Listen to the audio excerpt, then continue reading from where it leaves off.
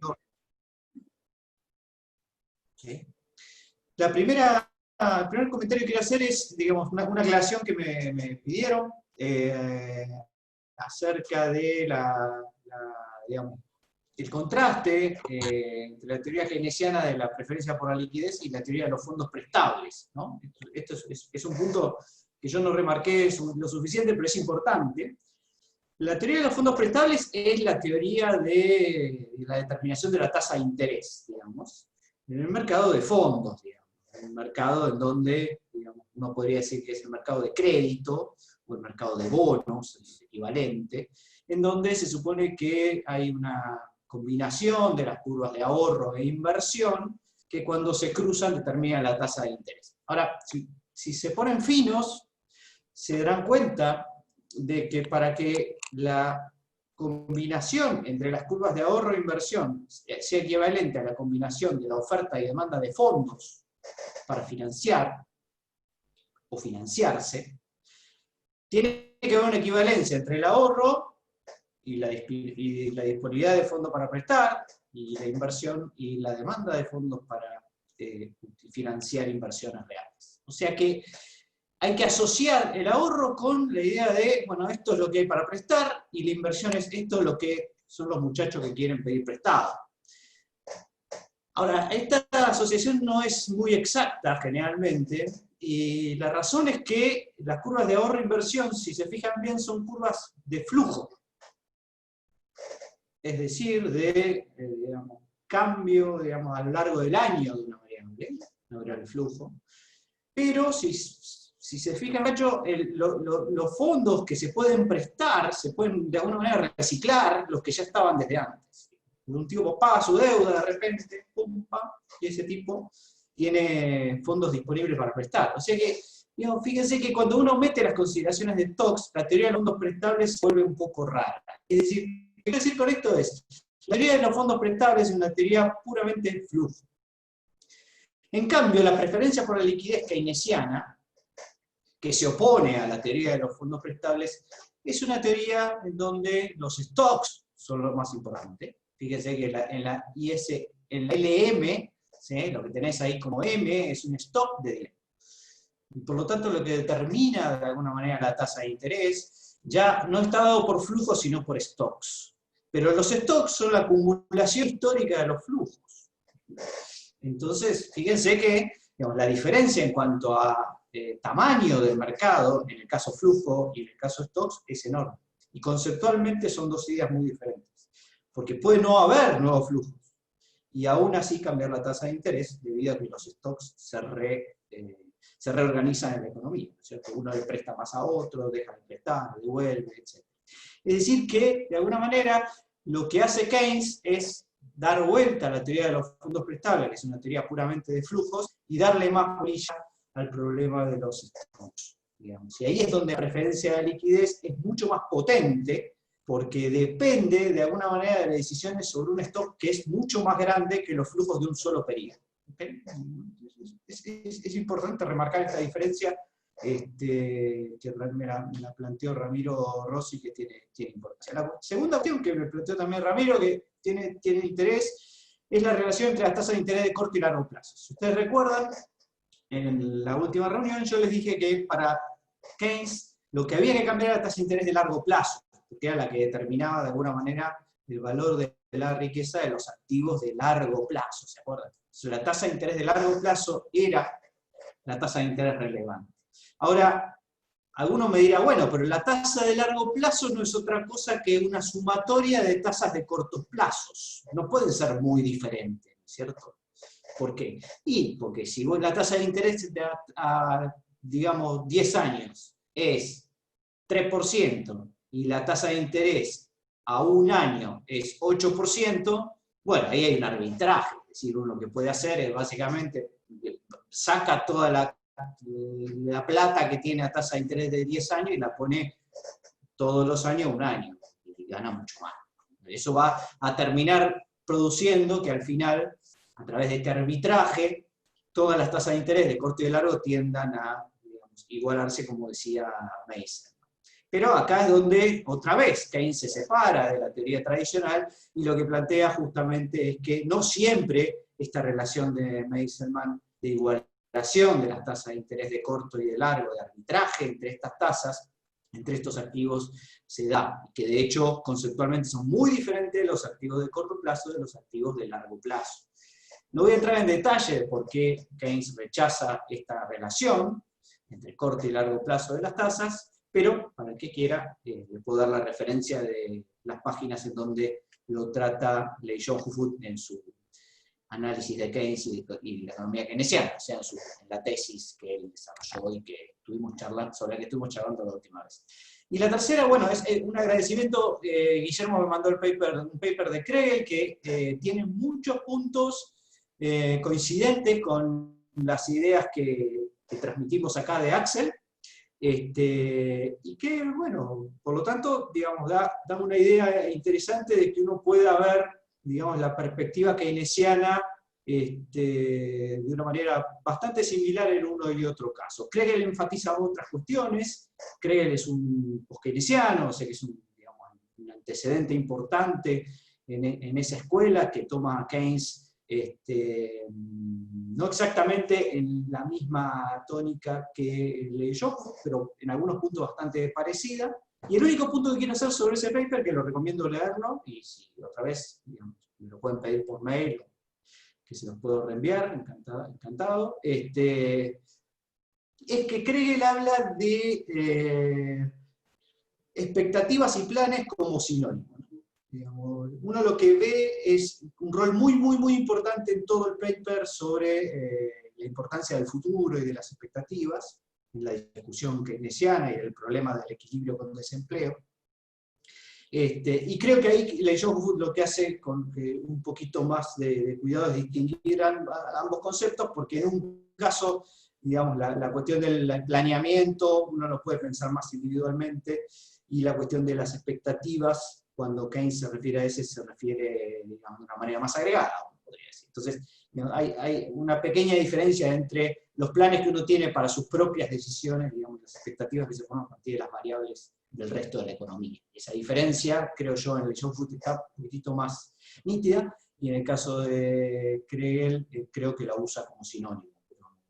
No es que esté mal, pero me sorprendió esa parte. Bien, dejemos estas consultas y pasemos a...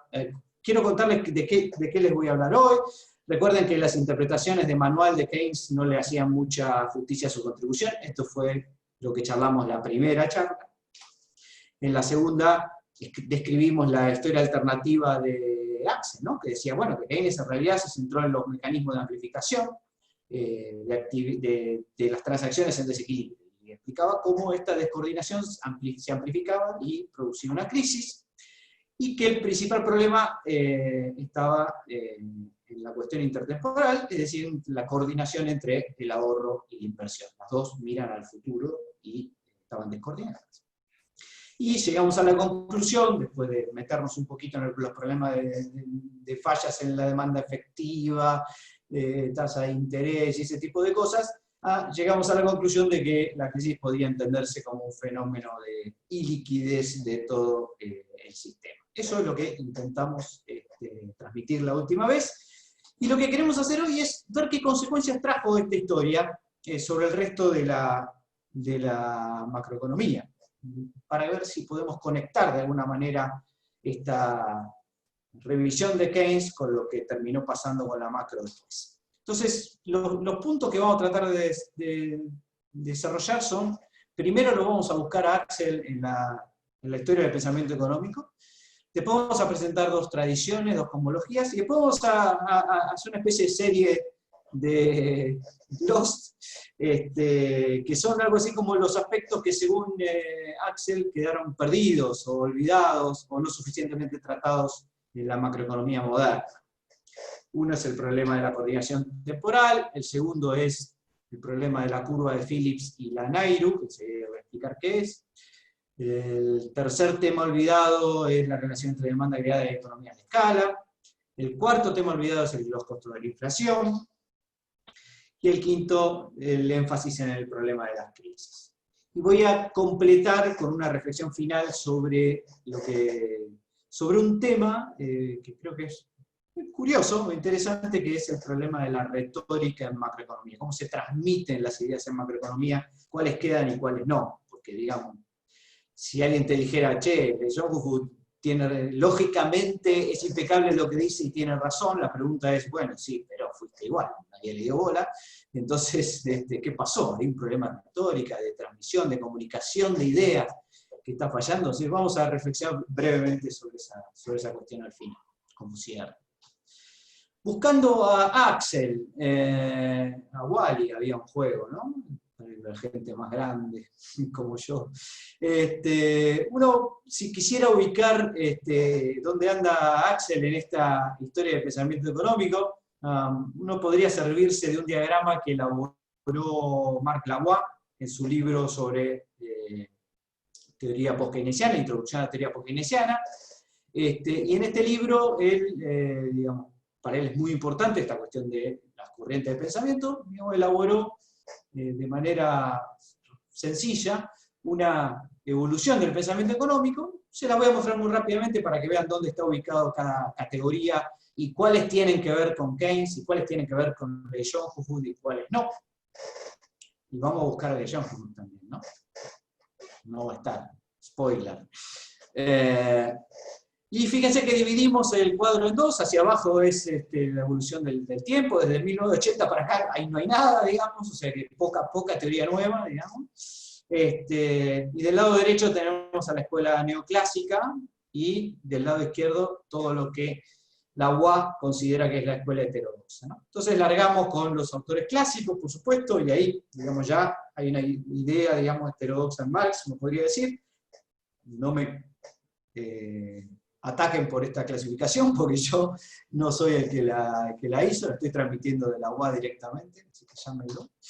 Y del otro lado lo que empezamos a ver es una conexión, bueno, cuanto más, digamos, a la derecha, si ustedes quieren, más lejos de la heterodoxia se supone que están los autores, ¿no? Entonces ahí tenemos los tres pilares de la economía neoclásica, si ustedes quieren, que son Marshall, quizá no tan neoclásico como Walras, y los austríacos que, si ustedes quieren, son los más...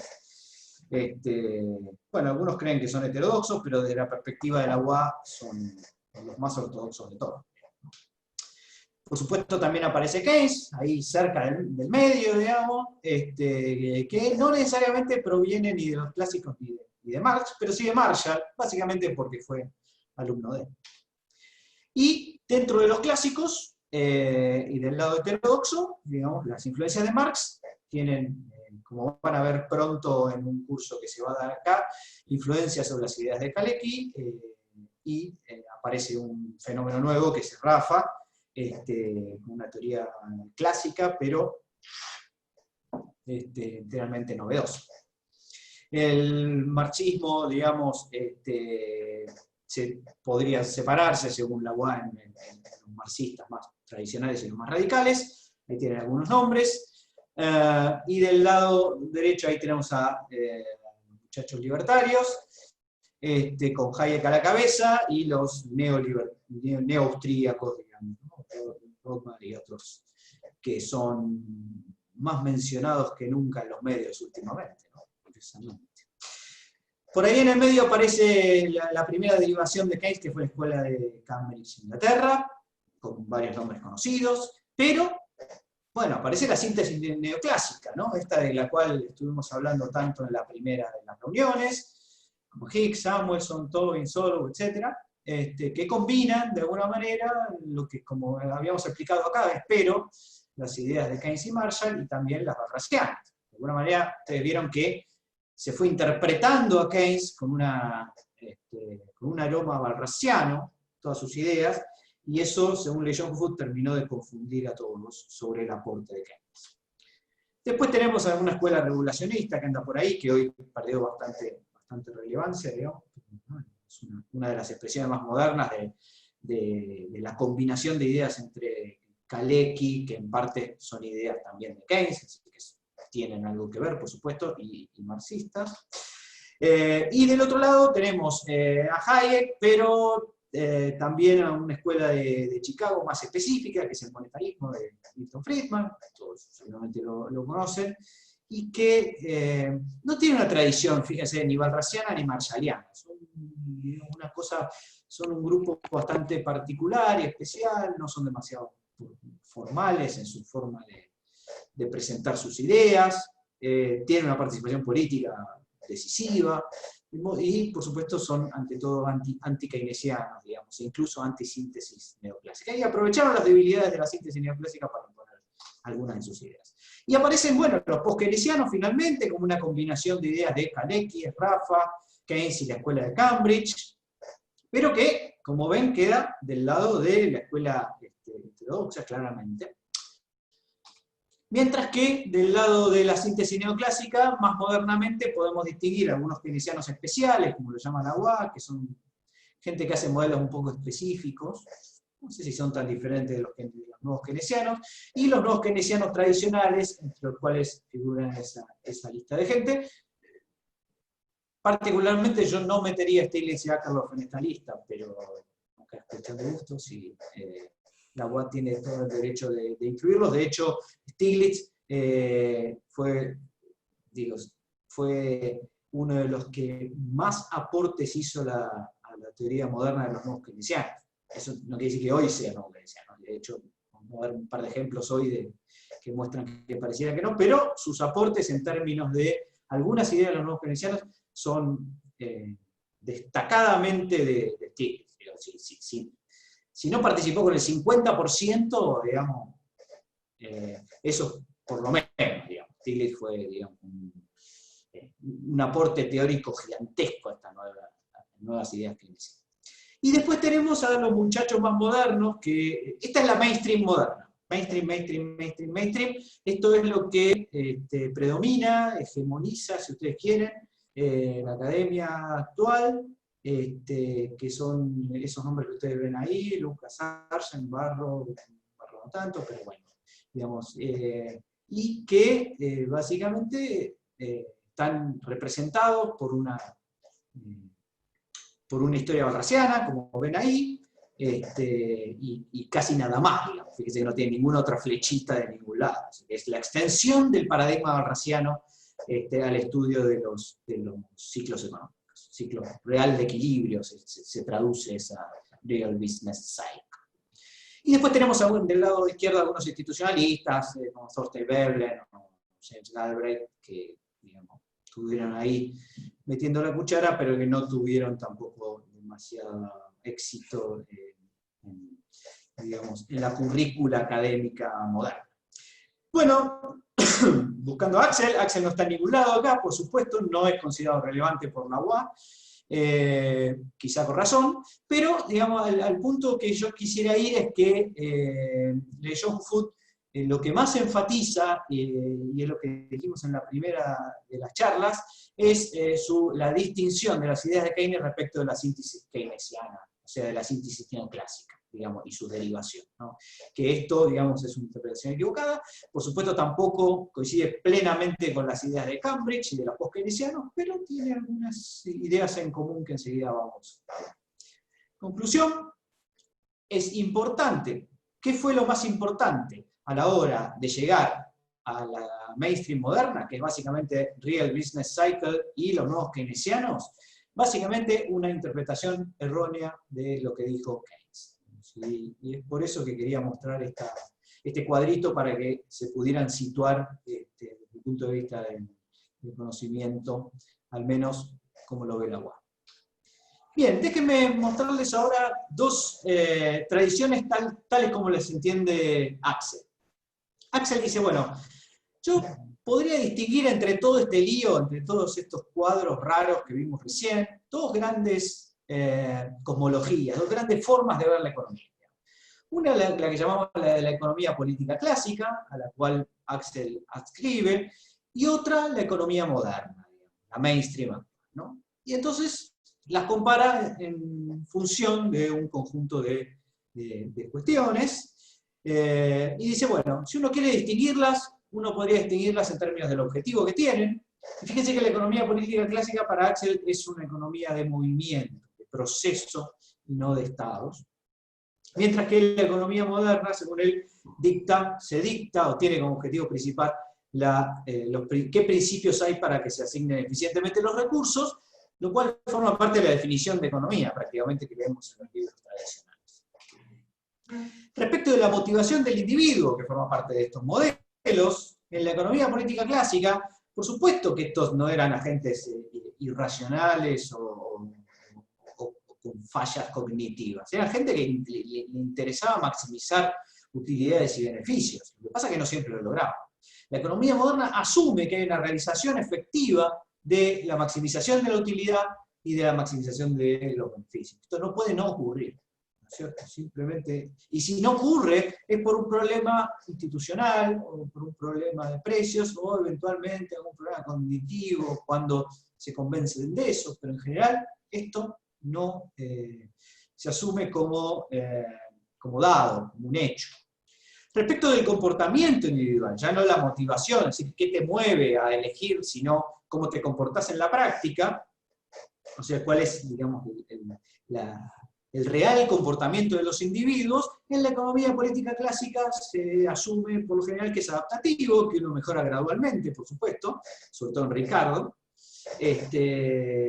suavemente se va moviendo hacia su equilibrio, pero tiene que moverse, es decir, se tiene que adaptar. No está siempre en equilibrio, mientras que en la economía moderna este individuo ya optimizó antes de empezar a tomar decisiones. Tomó en cuenta todas y absolutamente todas las variables, de acá al infinito, optimizó para él y para las generaciones venideras, y toma decisiones en base a esta optimización. Hasta el cambio, no cambian los parámetros. ¿Cuál es la competencia cognitiva? Es decir, ¿qué pueden hacer los individuos en la economía política clásica? Bueno, ellos pueden aprender y se adaptan localmente. ¿Qué quiere decir esto? Quiere decir que, si bien no conocen el funcionamiento completo del sistema, tienen alguna idea de cómo moverse en un entorno relativamente pequeño. O sea que, si vos estás en el negocio del café, y ves que no vendés café, en una de esas intentás bajar el precio del café. Entonces, digamos, para vender más. Eso es adaptarse localmente.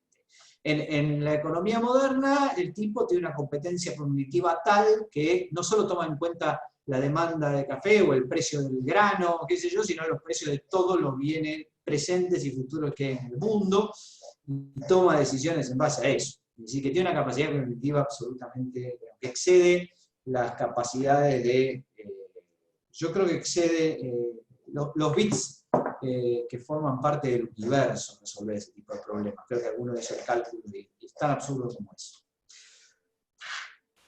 Ustedes dirán, bueno, pero ¿para qué sirve esta distinción? Bueno, sirve porque un punto que es muy importante es qué función cumplen las instituciones en una y otra tradición.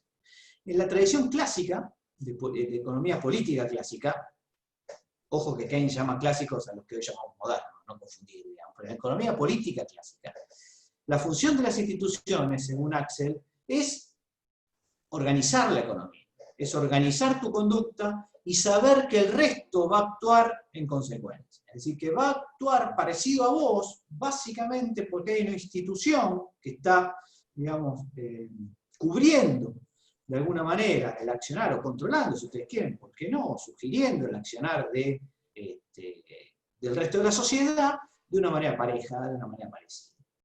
En la economía moderna, en cambio, las instituciones no se explican, no son necesarias, y uno tiene que dar unas vueltas enormes para explicar cómo entran en los modelos que ellos hacen.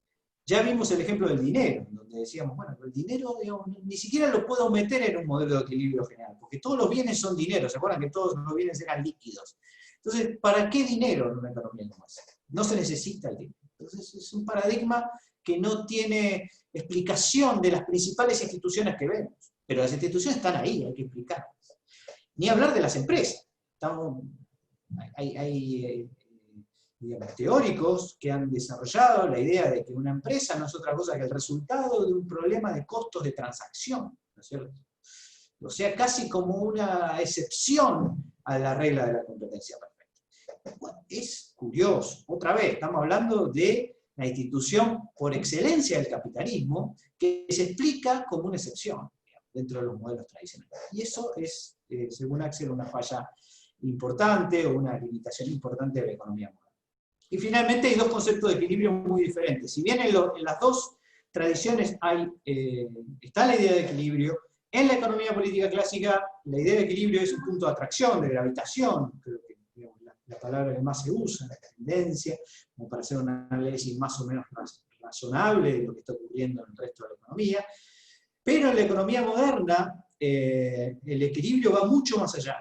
No es solo un resultado, sino que es un supuesto, en el sentido de que hay una consistencia entre todos los planes de los individuos por anticipado, lo que los economistas normalmente llamamos ex ante. Es decir, antes de que el tipo vaya a tomar una decisión, ya se asume que hay una coherencia mutua entre todos los planes de los participantes de esta economía. Con lo cual el equilibrio básicamente es el único resultado que podés tener, dado en el modelo tradicional. Tenés que meterle cosas afuera porque si no, no llegas a una situación de desequilibrio. O sea que fíjense que los dos paradigmas son muy, muy diferentes, y lo que quiere marcar Axel acá es que, de alguna manera, el alejamiento de la economía moderna, de la economía política clásica, tuvo costos desde el punto de vista analítico.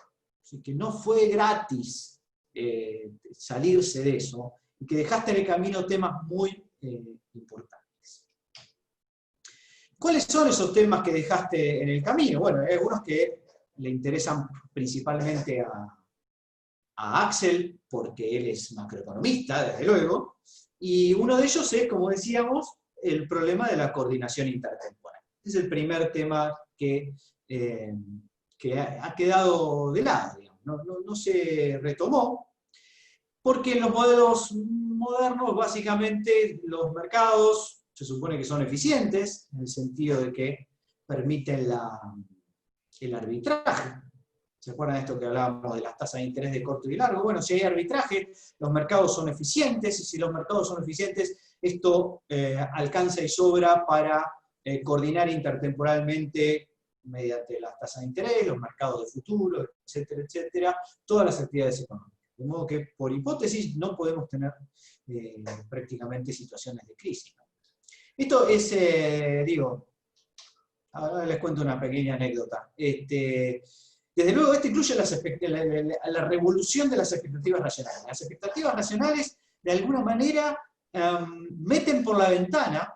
Uno podría decir, bueno, expectativas racionales es que un tipo tome toda la información que anda dando vueltas para formar expectativas de la mejor manera posible. Hasta ahí parece muy sensato. Pero claro, eso viene con la idea adosada de que hay un montón de gente que está haciendo exactamente lo mismo.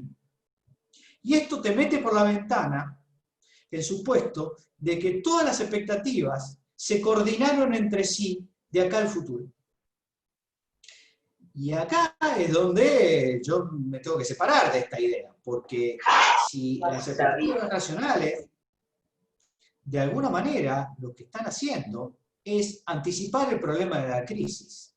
Están anticipando los problemas de desequilibrio, lo están evitando por hipótesis. El caso típico, digamos, en donde las expectativas racionales, digamos, están supuestamente evitando cualquier tipo de crisis, es el de los mercados financieros. Con expectativas racionales uno no podría observar jamás comportamientos del tipo de burbuja especulativa que observa en los mercados financieros, porque se supone que estos son eficientes gracias a estas expectativas racionales. El hecho de que todos pensemos lo mismo hacia adelante nos asegura el equilibrio.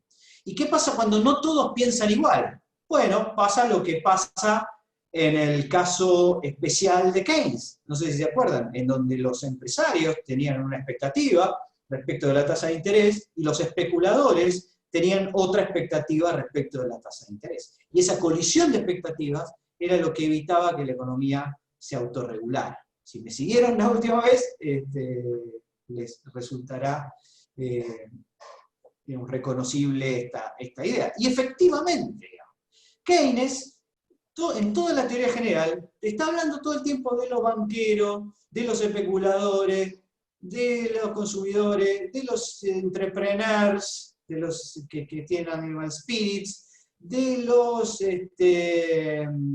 ahorristas, en fin, hay un montón de personajes en su obra, ¿sí? Que la moderna teoría no se banca. A la moderna teoría le gusta el stand-up, le gusta el monólogo, le gusta Robinson Crusoe, le gusta el agente representativo. Y bueno, y si vas a estudiar macro con un agente representativo, lamento decirte que la posibilidad de generar un problema de coordinación con vos mismo, salvo que tengas un serio problema psicológico, no va a aparecer. Si no hay forma de que Robinson Crusoe no coordine sus decisiones de ahorro e inversión, básicamente porque ahorro e inversión es la misma variable. El tipo ahorra cocos que usa para invertir, digamos, para el futuro, para tener nuevas palmeras, supongo yo, ¿cierto? O sea, de esos temas, pero queda claro que un individuo que no tiene que resolver el problema de cómo transmitirle una cosa a la otra, sino que la transmite a él mismo, tiene resuelto el problema de coordinación y comunicación. Esto es bastante obvio por sí mismo, me parece. Y hay otras cuestiones intertemporales, que uno dice, bueno, pero está bien, te olvidaste de Keynes, ok. Bueno, pero ojo que hay otras fallas de coordinación que no son tan keynesianas y que son importantes y que hay que tener en cuenta. Las burbujas especulativas, ya las mencioné, los sudden stops, lo que nos pasó hace poco tiempo a nosotros, que nos pasa cada tanto, o las fallas en las percepciones de si somos ricos o no somos ricos, todo este tipo de fallas de coordinación intertemporal, errarle a cuánto iba a rendir una inversión, errarle a que la Argentina iba a ser un país rico e invertiste y no fue, ese tipo de problemas, no es que no se tomen, digamos, en la economía moderna, existen, pero no son el tema principal. O sea, uno de los grandes problemas que tiene Le Jongeau con la teoría moderna es que se ocupa de entender la economía funcionando en momentos, en tiempos normales. La anécdota que les iba a contar es una anécdota de un economista que se llama Thomas Sargent, que es uno de los que con Lucas, digamos, desarrolló más, con más precisión el concepto de expectativas racionales y su uso, y además hizo varios libros de macro, es un tipo muy, muy versado en la macroeconomía, pero por supuesto está dentro de la economía moderna. Cuando ganó el Nobel, Sargent ganó el Nobel hace unos años, si no recuerdo mal, estábamos, digamos, en la inmediatez de una crisis financiera que estaba ya floreciendo, no recuerdo exacto el año, estábamos ahí, todo el mundo lo sabía. Lo primero que hicieron los periodistas es levantar la mano y preguntarle, ¿usted que es macroeconomista? Dígame, ¿cómo interpreta la crisis? A lo que Sargent contestó, no tengo idea, digamos, lo cual es, digamos, suficientemente honesto, pero dejó un poquito nerviosos a los que preguntaban, ¿no? Y cuando le volvieron a insistir, él dice, miren, nosotros no estamos para predecir crisis ni para solucionarla. Lo que yo estudié es un modelo macroeconómico que funciona bien en tiempos normales. Y las expectativas racionales funcionan bien en tiempos normales. Y la pregunta que uno se hace es, si vamos a hacer economía para estudiar los tiempos normales, no estamos básicamente aportando demasiado a la sociedad, ¿no es cierto? Nuestro salario debería ser bajo, esta gente supongo que no tiene un salario bajo, y por lo tanto la propia teoría de productividad marginal de estos muchachos debería caerse por sí misma, pero bueno, digamos, creo que el punto es un poco ese, ¿no? Si te vas a dedicar a estudiar las patologías o te vas a dedicar a estudiar por qué las cosas funcionan bárbaro. Siendo argentino, uno lo pone un poco nervioso esa situación. El segundo gran olvido, que acá más que un olvido es una confusión, un desvío, es el de la curva de Phillips y la Nairo. Yo voy a asumir que todos conocen la curva de Phillips, pero digamos, no voy a meter ningún gráfico ni nada, pero digamos, básicamente es la relación negativa entre inflación y desempleo. O sea, si querés tener, digamos, en algún momento Phillips mostró unos datos y convenció a todo el mundo de que si vos querías tener menos inflación, te iba a costar desempleo, y si querías tener menos desempleo, te iba a costar más inflación. Y chao. La curva de Phillips, poco, fíjense que la relación entre inflación y desempleo tiene que ver con el mercado de trabajo. Y después de algunas vueltitas teóricas, resultó que Friedman dijo, sí, pero ustedes están asumiendo una curva de Phillips que no se mueve, y están asumiendo, por lo tanto, que no ajusta el mercado de trabajo, pero si caen los salarios, entonces va a ajustar el mercado de trabajo. Y entonces tu curva de Phillips ya no sirve más. Metió expectativas, hay muchas cosas acá detrás de la curva de Phillips para estudiar, eso exigiría, digamos, más tiempo, pero digo, créanme que lo que generó la curva de Phillips, que es algo que se descubrió bastante después de la teoría general, y bastante después de que se pusieran en marcha políticas keynesianas, incluso. Las políticas keynesianas no son por curva de Phillips solamente, también tuvo que ver la teoría general. Pero la curva de Phillips cambió el eje de la discusión. Todo el mundo empezó a discutir si en el mercado de trabajo el salario ajustaba o no ajustaba. Pero ya vimos en las dos charlas anteriores que no era en absoluto la cuestión que quería describir Keynes cuando describía una situación de desequilibrio. O sea que se pasó a discutir la síntesis neoclásica con la curva de Phillips. Y Friedman como empezó a convencer a todos de que el problema de la curva de Phillips y de esa relación era que se suponía que los salarios eran pegajosos, se movían poco, eran fijos, etcétera, etcétera, que se adaptaban lentamente, etcétera, etcétera. Y esto derivó en una conclusión. Si los salarios son flexibles y las expectativas se ajustan rápidamente, entonces tu relación entre inflación y desempleo desaparece y solo queda una relación de la inflación con la inflación. ¿Qué quiere decir esto? Que la curva de Phillips, señores, no existe más. Y lo único que va a pasar en tu economía es que si vos generás inflación, no vas a reducir el desempleo y te vas a quedar con la inflación. ¿Por qué? Porque la gente se va a acostumbrar de alguna manera a lo que estás haciendo. O sea que la discusión pasó de ser una discusión intertemporal, de tasa de interés, etcétera, de trampa de liquidez, si ustedes quieren, a una discusión de, bueno, finalmente la gente se adapta, los salarios son flexibles y por lo tanto tenés un solo nivel de desempleo y distintas tasas de inflación, que depende de si el gobierno emite más o emite menos. Ahora, la gran pregunta es, ¿y cuál es esa tasa de desempleo a la cual tiende la economía, para la cual, digamos, ya desaparece este intercambio entre inflación y desempleo? Y la respuesta es la Nairobi, que no es la capital de un país africano, sino que es un acrónimo, una sigla que significa Non-Accelerating Inflation Rate of Unemployment, es decir, la tasa de desempleo que no acelera la inflación, que Friedman llamó en su momento tasa natural de desempleo, que es mucho más fácil. ¿Y qué es la tasa natural de desempleo? El desempleo friccional, o si ustedes quieren, desempleo voluntario.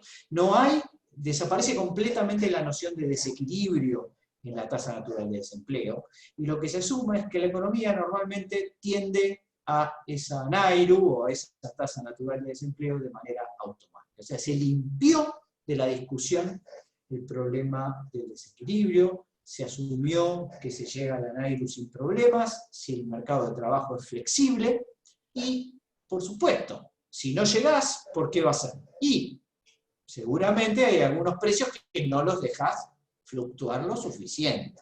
Si vos me dejaras fluctuar los precios, yo llegaría al equilibrio y ni siquiera tendría ciclos. Esta es formalmente la teoría que defienden los nuevos keynesianos, que yo les mostré al principio en el gráfico de la UAR. Según ellos, podés tener distintos tipos de inflexibilidades de precios. Uno son los más obvios, límites institucionales, ahí es fácil. Bueno, eliminar el sindicato, eliminar el gobierno, y no vas a tener más distorsiones en la economía porque los precios no fluctúan. La otra son los costos de menú. Digo, no solo que una teoría de por qué los precios tienen que ser flexibles para que todo funcione bien, y que si no son flexibles es el único caso en que podés tener desequilibrio, sino que además Mankiw sugirió en un paper que mínimas inflexibilidades de precios podían tener enormes costos en términos de actividad y empleo. O sea, lo que sugería es que si los precios un cachito no se mueven, podés tener un despelote gigantesco igual. Igual, esto empírico es un absurdo, por supuesto, pero además le daba a los precios una relevancia en la asignación de recursos y en el alcance del equilibrio, que era directamente muy exagerado, vamos a decir. Y después también lo que hicieron los nuevos keynesianos, acá sí participó Stiglitz y también Akerlof bastante, eran las conductas cuasi racionales. Es decir, bueno, mira, si los agentes son un poquito no racionales, hay algunos precios que no van a cambiar. Y trataron de justificarlo con distintos modelitos para mostrar que bajo ciertas circunstancias había precios que no se movían lo suficiente y que entonces no llegabas a la tasa natural de desempleo. Algunos miraron los mercados de bienes, otros miraron como Romer, otros miraron los mercados de trabajo, como hizo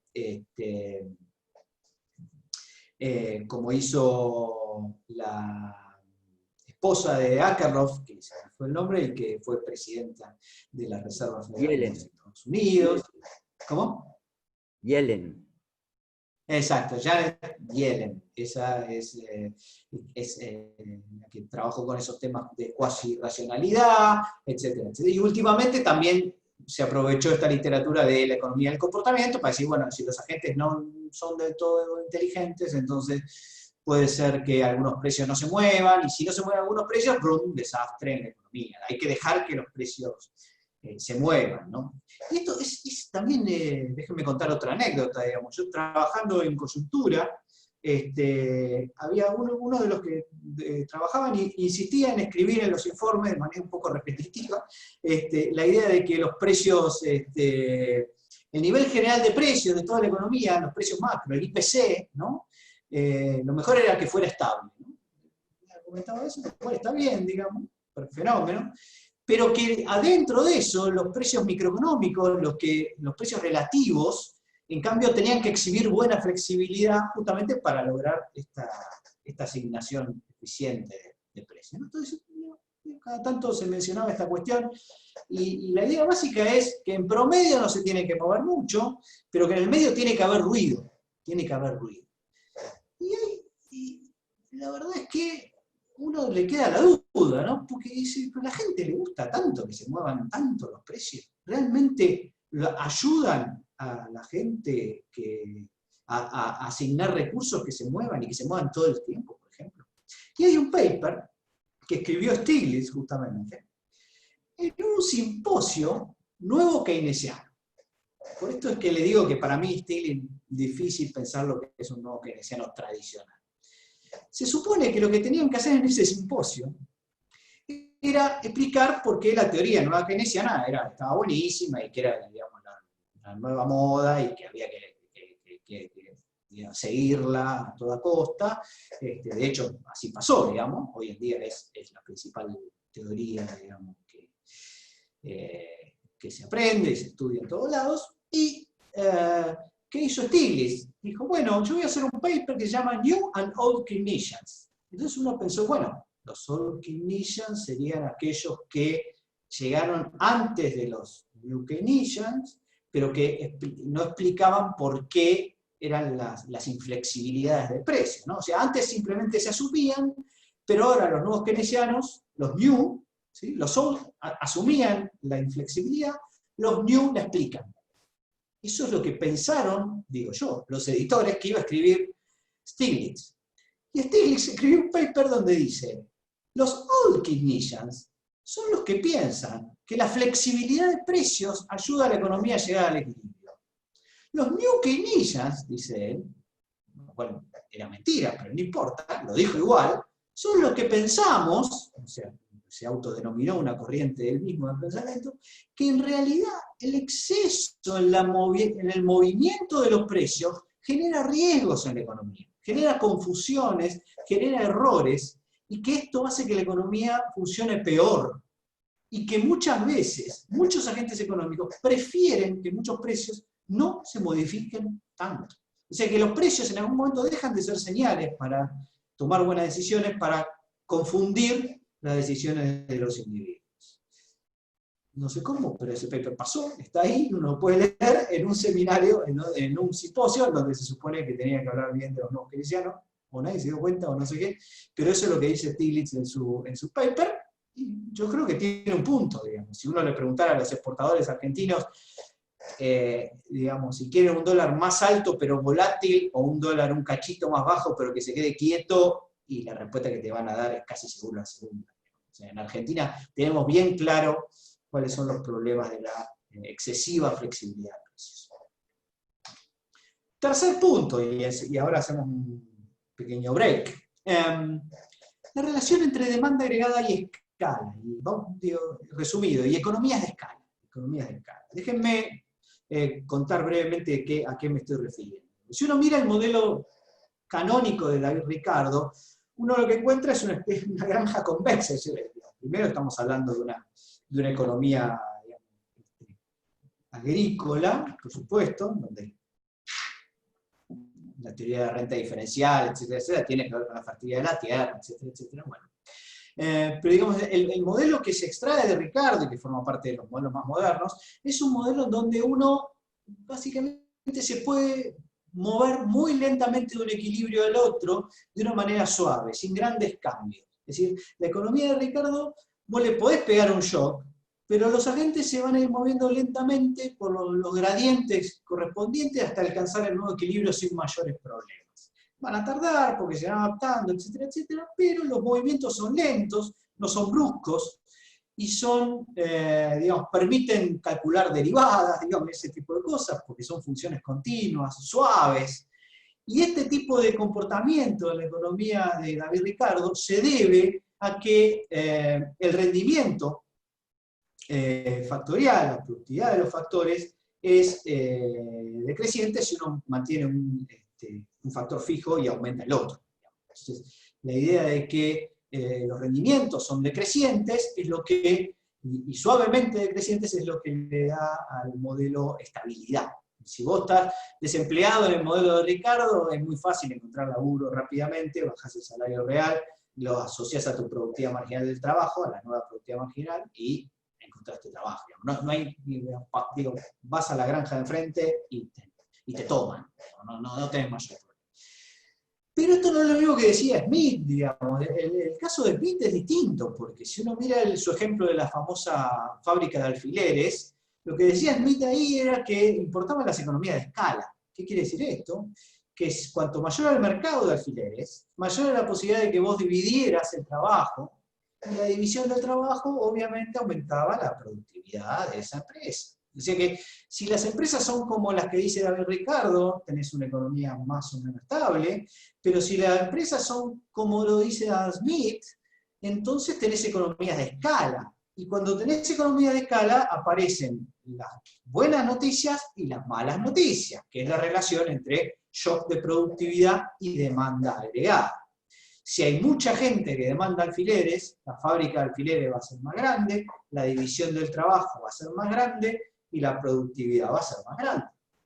Pero si al revés, pasa lo contrario y hay un shock por el cual la demanda agregada se cae muy fuerte, esta empresa va a tener que ser más pequeña, va a haber tipos que no vas a poder echar porque, digamos, algún uso le vas a tener que dar, ¿no? Tenés un tipo que saca la fotocopia, pero hay una fotocopiadora menos, bueno, y que no le puede pagar menos al tipo por ahí. Entonces tenés indivisibilidades, y estas indivisibilidades generan economías de escala. Cuando aparece este problema, los salarios no pueden corregir esta situación. El problema es de demanda agregada. Ahora, vos le bajás el salario al tipo, y so what, no vas a vender más por eso, ¿sí? De hecho, si tenés economía de escala, te encantaría que subieran los salarios, porque tu productividad depende de que vos vendas más, y si vos vendés más, tenés más demanda, y si tenés más demanda, sos más productivo. Por lo tanto, ahí vas a estar del lado de los trabajadores, quizá no de los tuyos, pero sí de los demás. ¿Sí?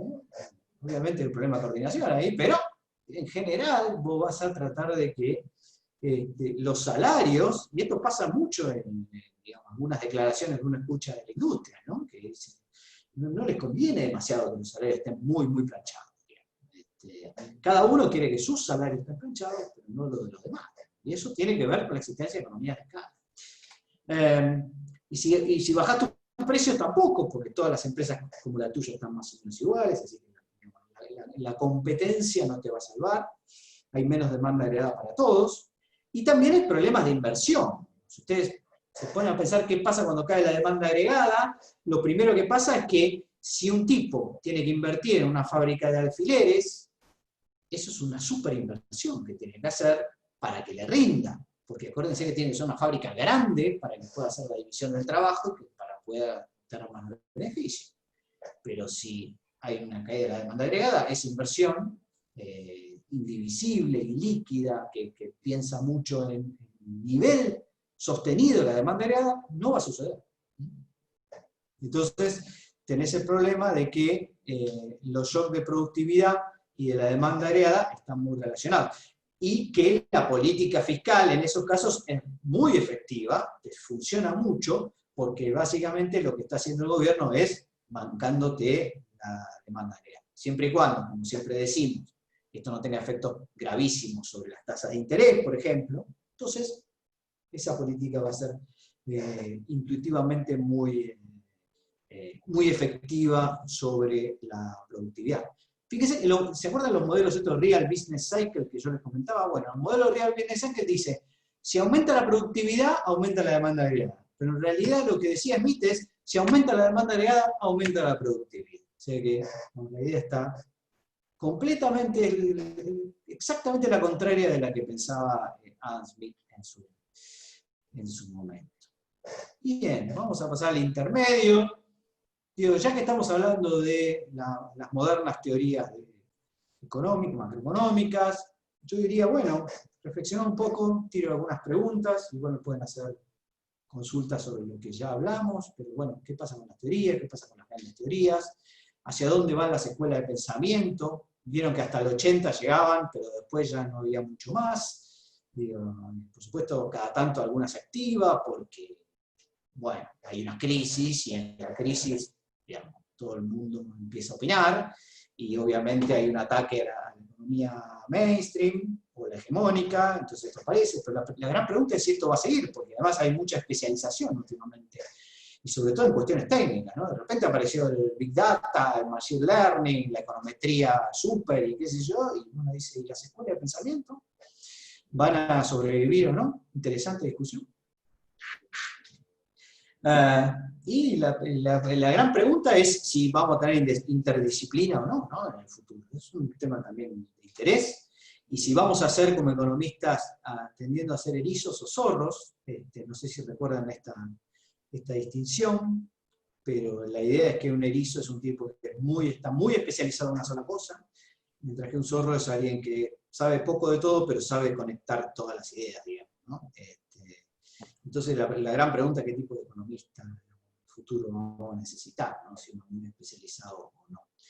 Bueno, esto lo podemos charlar o no, pero digamos, en principio aprovecho esta interrupción para que si hay preguntas sobre lo que vimos o comentarios, tengan tiempo de elaborarlo, ¿no?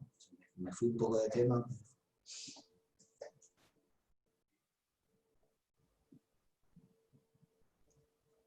Quedo a la espera unos segundos. Bueno, yo puedo aprovechar un saludo, Pablo. He estado... ¿Qué tal? He estado estos días participando, pero hola, sin decir nada. Hola, Alfredo. Hola, ¿qué tal, Guillermo? ¿Cómo te va? No, pensando en todo lo que venís diciendo, que la verdad que es excelente, lo que sí creo que, digamos, pensando en esto, qué pasa con la teoría y las grandes teorías, lo que creo que sí ha pasado desde la crisis del 2008 es, digamos, justamente, que la crisis, digamos, surgió desde el centro del mundo financiero y todo el tema de la teoría del dinero, bueno, y del sistema financiero es lo que está pendiente por dilucidar. Y ahí yo creo que justamente esto es lo interesante de Axel Leonhood, que yo estudié en Suecia y en la Universidad de Lund, y hablo sueco. Así que, Leon Huvud. Bueno, la próxima la hacemos en sueco. Claro, León y Huvud, cabeza de león. Es un apellido noble. Bueno, no, y ahí justamente pensando en tema del dinero, yo creo que es como súper interesante entender las ideas de Axel, este tema de la coordinación intertemporal, ahorro-inversión, porque justamente está poniendo, digamos, en el centro de la escena ese tema, ¿no? Y algo que quizás no mencionaste era que él también ha tomado un poco las ideas de Wicksell, ¿no? Esto de la economía del crédito, ¿no? O sea, la importancia del sistema financiero y los bancos.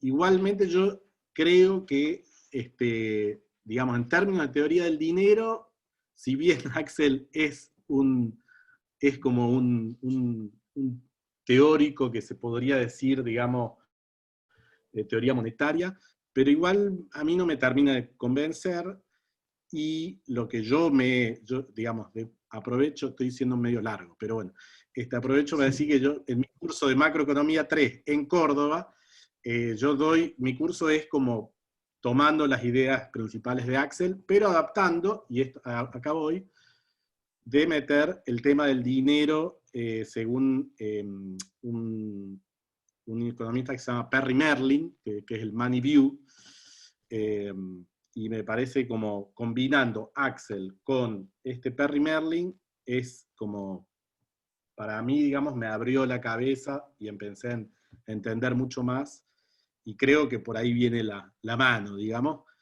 Después les paso el link a los apuntes, así pueden profundizar un poco más. Bueno, eso. Buenísimo, Alfredo, gracias. Sí, dos comentarios muy cortos.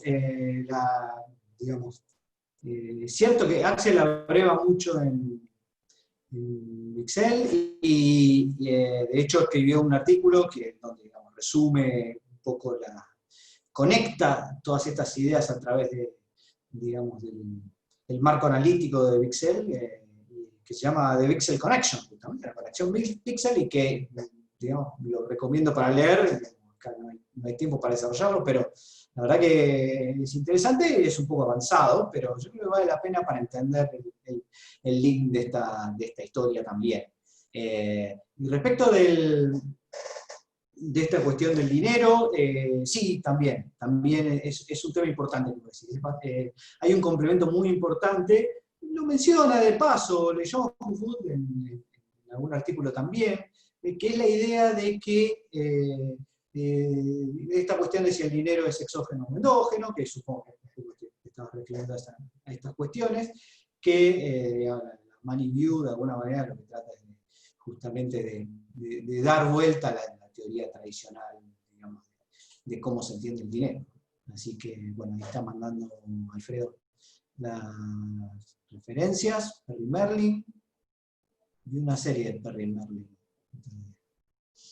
Bueno, dejemos los chistes para los que saben hacerlo, para los estandaperos representativos. Bueno, pasemos al cuarto, si les parece bien, al cuarto Lost, ¿no? A la cuarta cuestión olvidada. Esta es, obviamente que el tema de inflación no ha sido olvidado por nadie, menos por la economía moderna, pero lo que sí ha sido olvidado son los costos. Si uno mira los manuales de macro, lo que encuentra todo el tiempo es una referencia a la inflación como problema, ¿no? Entonces, si usted no quiere tener inflación, haga esto, lo otro, y bueno, y tal cosa puede ser riesgosa, porque en una de esas, si usted hace tal cosa, entonces va a tener inflación y no la va a poder contener, porque el nuevo estado estacionario es un estado estacionario que demanda la hiper y que bla, bla, bla, bla. Bueno, está todo bárbaro, pero cuando uno quiere ver por qué es tan peligrosa la inflación, resulta que las explicaciones en los manuales, en algunos existen, por supuesto, pero en una proporción muchísimo menor a los riesgos y a la discusión en torno a que uno tiene que evitarla de cualquier manera, ¿no? Cuando uno habla de evitar el desempleo, todos lo entendemos. Está desempleado, está muy claro que si uno está desempleado no puede de ninguna manera conseguir trabajo, ni comer, digamos, ni alimentar a su familia. Es bastante obvio para todos, muy intuitivo, pero en el caso de inflación vale la pena explicar, porque es un fenómeno agregado, es un fenómeno macro que no se puede bajar a lo micro tan fácil. La experiencia de uno solo con la inflación depende de quién seas. Si sos empresario, es una visión completamente diferente de si sos consumidor. Si sos el fijador de precios, bien. O sea que, digamos, la idea de que la inflación es un problema nunca ha sido demasiado desarrollada en los manuales tradicionales. Por supuesto que hay un montón de economistas que lo explicaron, de hecho, yo no lo inventé esto, pero no es tan común. Es menos común de lo que uno hubiese esperado. Hay alguien que pregunta si es peor la deflación. Volveremos sobre esto, así que vamos para un poquitito más adelante. Fíjense que en la teoría tradicional, balraciana, la inflación es un fenómeno monetario, ya lo dijo Friedman, todos lo sabemos, todos lo entendemos, Friedman siempre tuvo razón. Pero claro, el problema es que el dinero en esos modelos es neutral. Pero si el dinero es neutral y la inflación es por el dinero, tenemos un problema, que es que la inflación no tiene ningún efecto. ¿Cuál es el efecto de la inflación? Cuando uno presiona y presiona y dice, bueno, pero decide dónde está el problema, porque si todo sube en la misma proporción, ¿cuál es el drama? Pero hay una parte que no sube proporcionalmente. ¿Cuál? La cantidad de dinero real. Si el gobierno no, digamos, si la demanda de dinero de la gente en términos reales, con la inflación, se ve perjudicada, ¿sí? O sea que se reduce la demanda de dinero. ¿Y esto qué problema tiene para la sociedad? El problema de que se reduzca la demanda de dinero es que la gente maneja menos dinero. ¿Y cuál es el problema? ¿Y puede haber menos transacciones? No, porque todos los bienes son igual de líquidos. Entonces, ¿qué te joroba que caiga la demanda de dinero? La respuesta más común que se ha dado es que tenés que mantener la menor cantidad de saldos monetarios posibles en el bolsillo. Y eso significa que tenés que tener la plata en un plazo fijo, por decirlo de alguna manera, o en una caja de ahorro que te paga interés igual a la inflación para compensar. Pero cada tanto tenés que sacar plata para hacer compras. Entonces, básicamente, el costo fundamental de la caída de la demanda de dinero parece ser el costo que se denomina normalmente en la teoría suela de zapatos.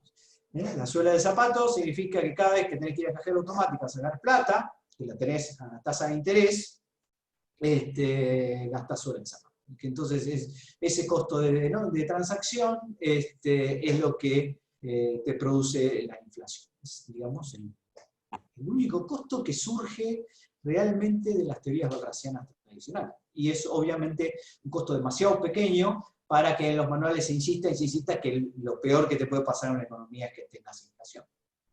Cuidado, yo creo que es una cosa muy grave de una economía que tenga inflación, pero lo que quiero decir es que esto no ha sido explicado por qué, ¿no? En muchos lugares. Y que no puede ser explicado por la teoría tradicional. Pero cuando uno se aparta del marco analítico balraciano, sí aparecen los costos de la inflación, y muy nítidamente. ¿Cuáles son? Voy a listar algunos. El primero es el error en pronóstico, o sea, no tenés que pensar que la gente no va a fallar, sino que sí va a fallar.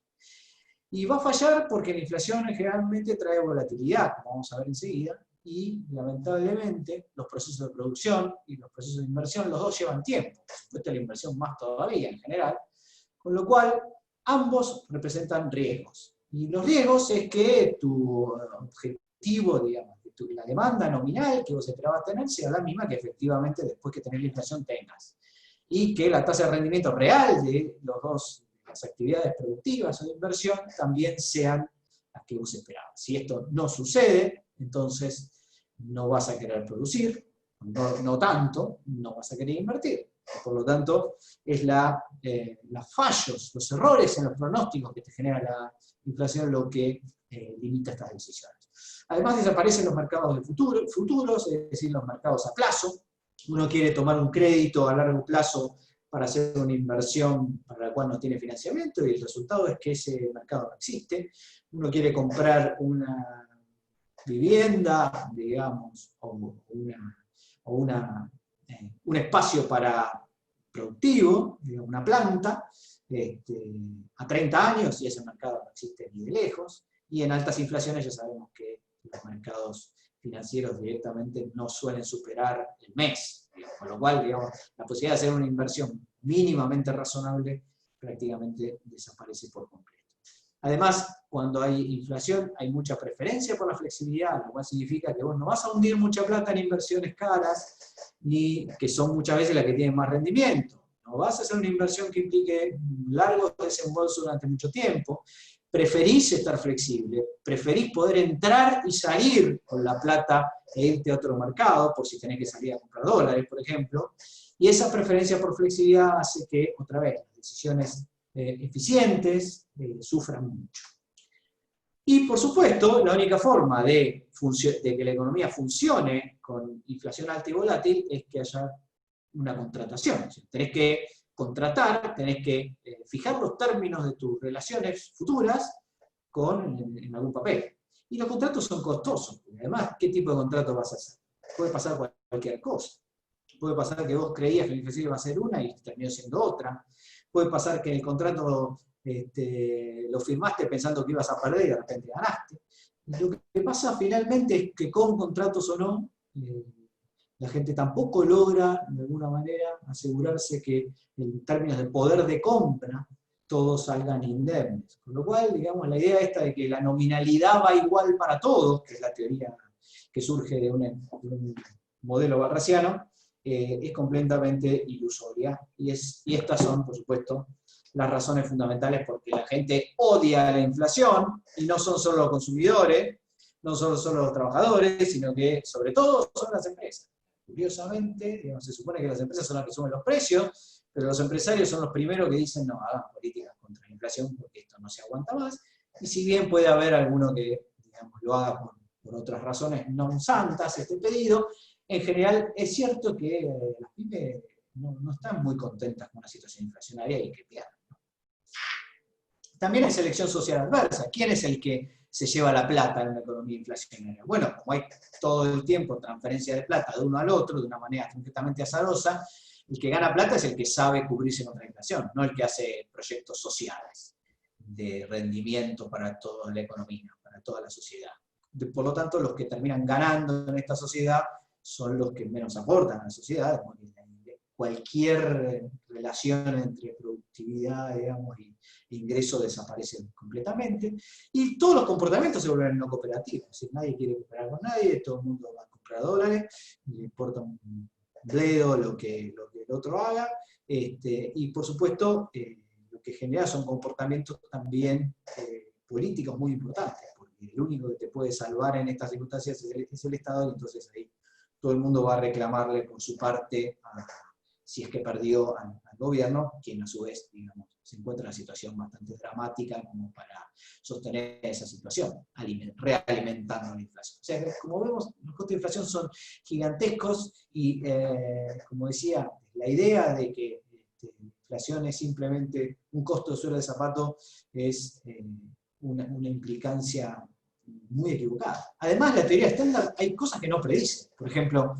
en la inflación en Argentina, la inflación era 15% mensual promedio, quizá 10%, durante casi 10 años, en los 80.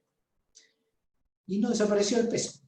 Digamos, cambió de denominación, por supuesto, varias veces, pero la gente lo siguió usando. Y eso no tiene sentido en el modelo moderno barrasiano. O sea que esos modelos no te sirven. El numerario además importa, ¿sí? Importa en qué medís las cosas que consumís. ¿Sí? En la unidad de medida de lo que vos estás haciendo, es súper importante.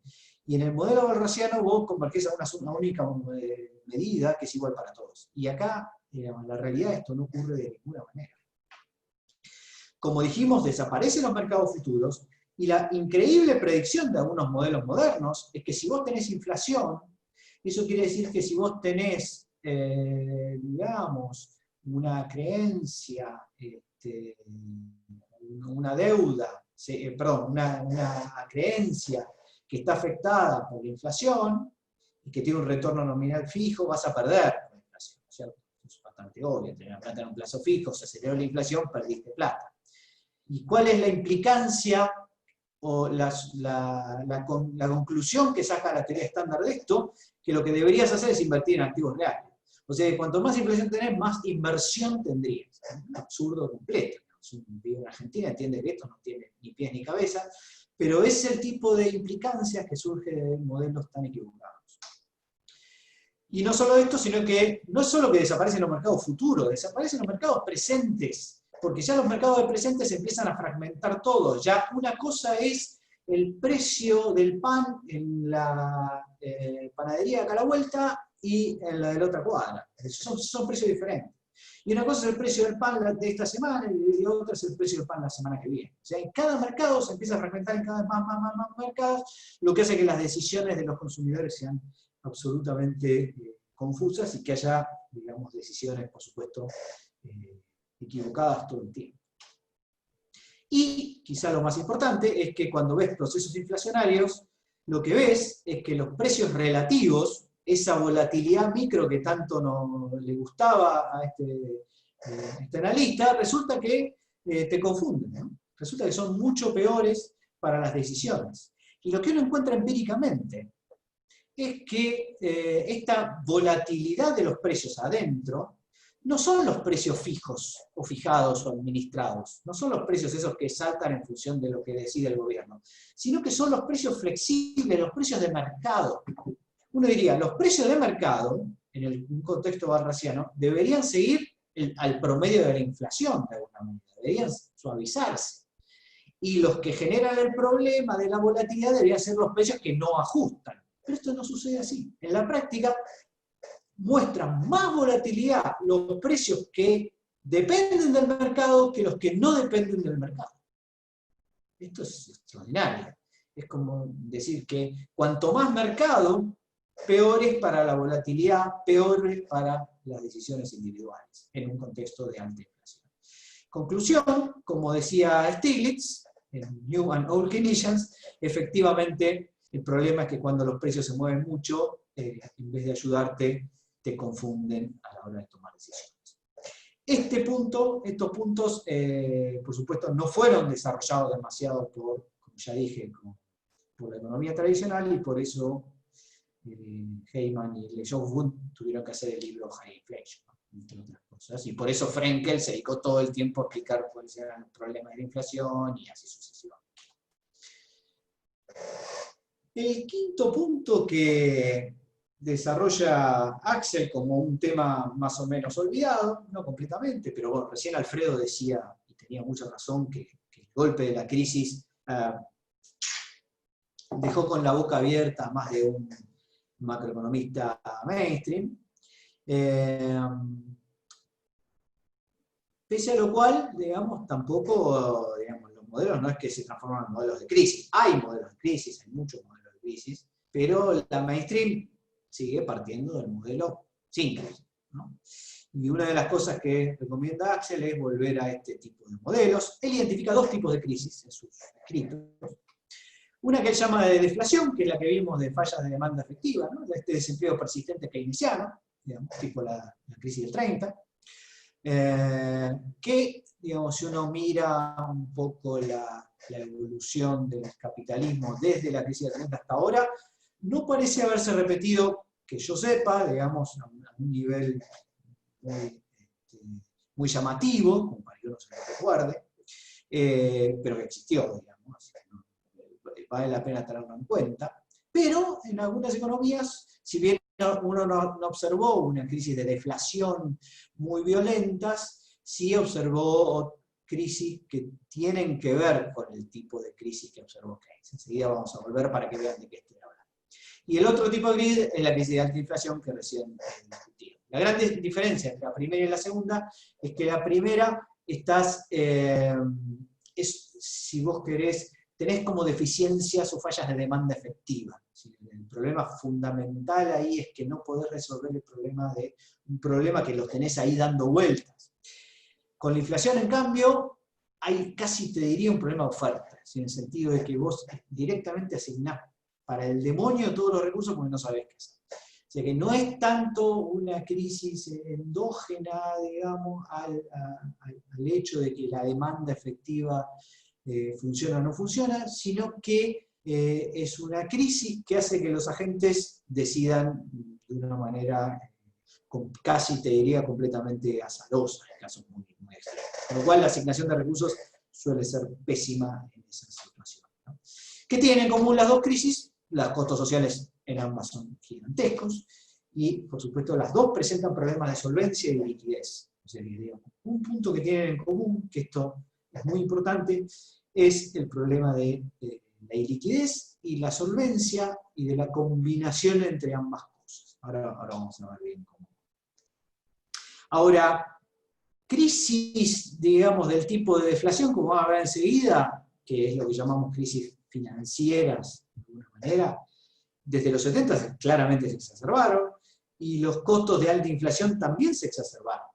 Y la respuesta un poco de la disciplina fue, bueno, el problema lo tiene el gobierno, que digamos, no es suficientemente claro en sus políticas, ¿no es cierto? Y en vez de pensar en mejores políticas económicas, lo único que se pensaba, y en esto yo suelo ser bastante crítico de esta visión mainstream, es que la política económica no hace otra cosa que ensuciar el problema, y que es más, el problema está en la política económica y no en el funcionamiento de todo el sistema, ¿no?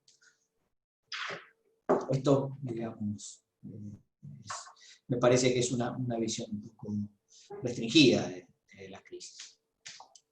Entonces, pensemos un marco común para entender ambas crisis, ¿no? La de deflación o financiera y la de inflación, y la de alta inflación. Fíjense que un punto interesante, la crisis de deflación no necesita alta o deflación alta o volátil. La deflación no es el problema, la deflación es el síntoma.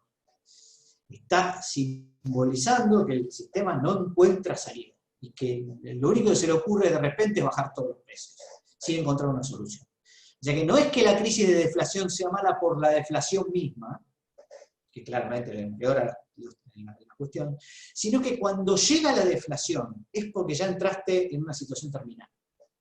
Por eso digo que no siempre se repitieron estas situaciones. No han habido desde los 30 para acá grandes deflaciones, pero sí hubieron crisis financieras que si uno no hubiese intervenido a tiempo, probablemente hubiesen derivado en problemas de deflación más graves todavía. Pero insisto, la deflación ahí no es el problema en sí, la deflación ahí es el síntoma de que todo lo otro está mal.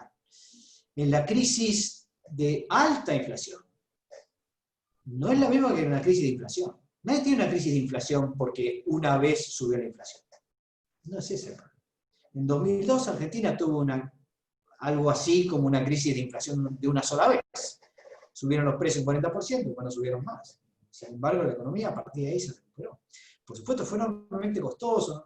No estoy diciendo que haya sido una crisis sin consecuencias, pero a lo que voy es que, digamos, el problema no está en los saltos inflacionarios de una sola vez, en los saltos nominales de una sola vez, sino en la inflación alta, persistente y volátil. Ahí está el gran problema, que es distinto del otro tipo de crisis que comentaba. Entonces déjenme contarles brevemente cómo analiza esta cuestión Axel. Él dice, bueno, mirá, el origen común de las dos crisis es que el dinero, la institución del dinero, es algo así como un instrumento de contabilidad social. Casi no usa la palabra control social, pero digamos, es algo así como cómo controlamos entre todos que más o menos todos estemos en línea con lo que podemos hacer y lo que no podemos hacer. Es como el dinero, la institución de dinero sería como una especie de vigilante de las restricciones presupuestarias. Básicamente, el sistema que permite que se amplifiquen los errores de funcionamiento es el sistema monetario. Pero el sistema monetario en sentido amplio, ¿sí? Incluyendo el crédito, y sobre todo el crédito, como vamos a ver enseguida. Básicamente, como les decía recién, el sistema monetario es una institución, en general, que evoluciona para restringir los planes individuales en el agregado. O sea, para hacerlos, obligarte a que sean consistentes entre sí. ¿Sí? Digamos, digo, si vos no lo ves con dinero, eso, no lo ves con nada. Es muy difícil entender los planes de una economía trueque. Pero en una economía monetaria, de acuerdo a cómo van yendo los precios, vos más o menos te vas dando cuenta de si estamos pasados de rosca o no. De alguna manera esa es la interpretación que le da John Hood al sistema monetario. Déjenme explicarles cómo funciona esto. Supongamos que tenemos, este es el viejo y peludo gráfico de flujos, no sé ni siquiera si está bien, lo pegué medio rápido, pero bueno, vamos a suponer que más o menos refleja razonablemente el flujo circular de la renta, ¿no? Y en el medio una computadora, así que lo que vamos a suponer es que hay una especie de sistema centralizado de registro de operaciones de débito y crédito.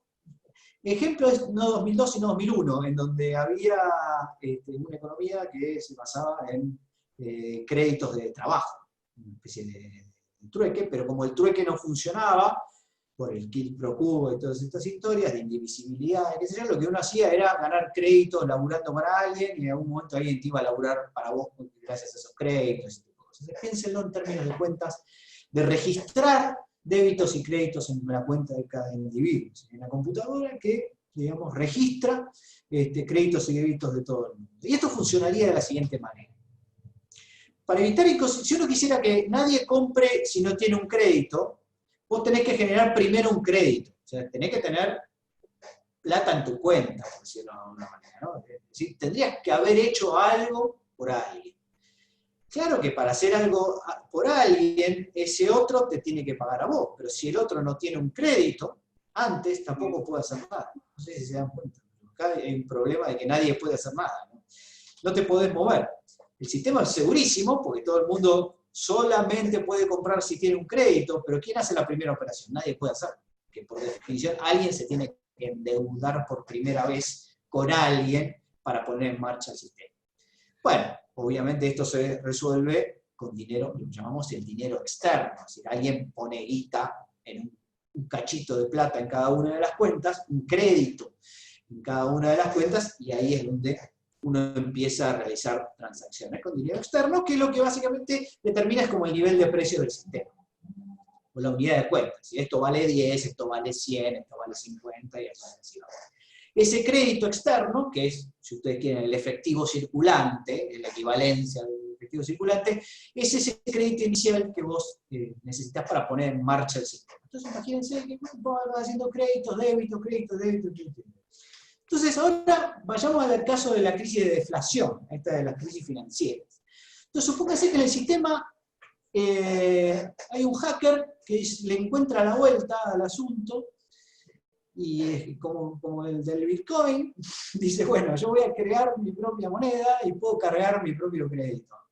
Y entra a meter un crédito en la cuenta de él para comprar cosas. Hackea el sistema y entonces obviamente todo el sistema empieza a decir, bueno, esto se está moviendo mucho porque hay alguien que está metiendo la mula y que está demandando más que antes. Entonces uno ve que el sistema se está moviendo y todo el mundo cree que, bueno, que efectivamente hay más riqueza que la que efectivamente sabes que tiene, porque sabes que alguien hizo trampa, ¿cierto? Entonces, mientras no se descubra cómo funciona el sistema, bueno, básicamente va a terminar pasando algo, que es que alguien no se va a poder llevar algo de lo que hay, de los bienes, porque nada en términos reales cambió en esta economía. Lo único que cambió es que alguien hizo trampa y falsificó plata o crédito, y está llevándose una parte que te correspondía a vos. Y nótense que lo que quiero mostrar acá no es que hay un exceso de demanda que sube los precios del sistema, no quiero decir eso. Lo único que digo es que hay alguien que no se va a llevar lo que pensaba llevarse. Fíjense que de alguna manera este sistema está impidiendo que vos cumplas con tus planes. Vos tenías un crédito y decías, ahora yo con este crédito puedo comprar esto, y resulta que se lo llevó el hacker. Entonces vos te quedaste sin poder consumir lo que pensabas que ibas a consumir, una parte. Y esto es como si hubiesen subido los precios, porque en la práctica no podés, no te alcanza para comprar lo que creías que ibas a comprar. O sea que finalmente la restricción es simplemente de cantidades, ni siquiera tiene que ver con los precios. Entonces, hay un famoso modelo de Gary Becker que ilustra esta cuestión, que si suben los precios y no te alcanza la guita, entonces finalmente la demanda va a bajar. Es un poco la idea, y es una idea que en esta lógica, en este sistema, funciona. Entonces, ¿qué pasa mientras tanto? Bueno, hay un costo inflacionario puse entre comillas porque lo que está pasando, no, insisto, es que de alguna manera tu crédito no te alcanza para comprar lo que querías, entonces es como si fuera más caro. Por supuesto, no todos lo pagan por igual, y si descubrías al hacker, le haces pagar lo que debe, se le devuelve a la sociedad y todo solucionado. O sea que si es uno solo, no hay mucho problema.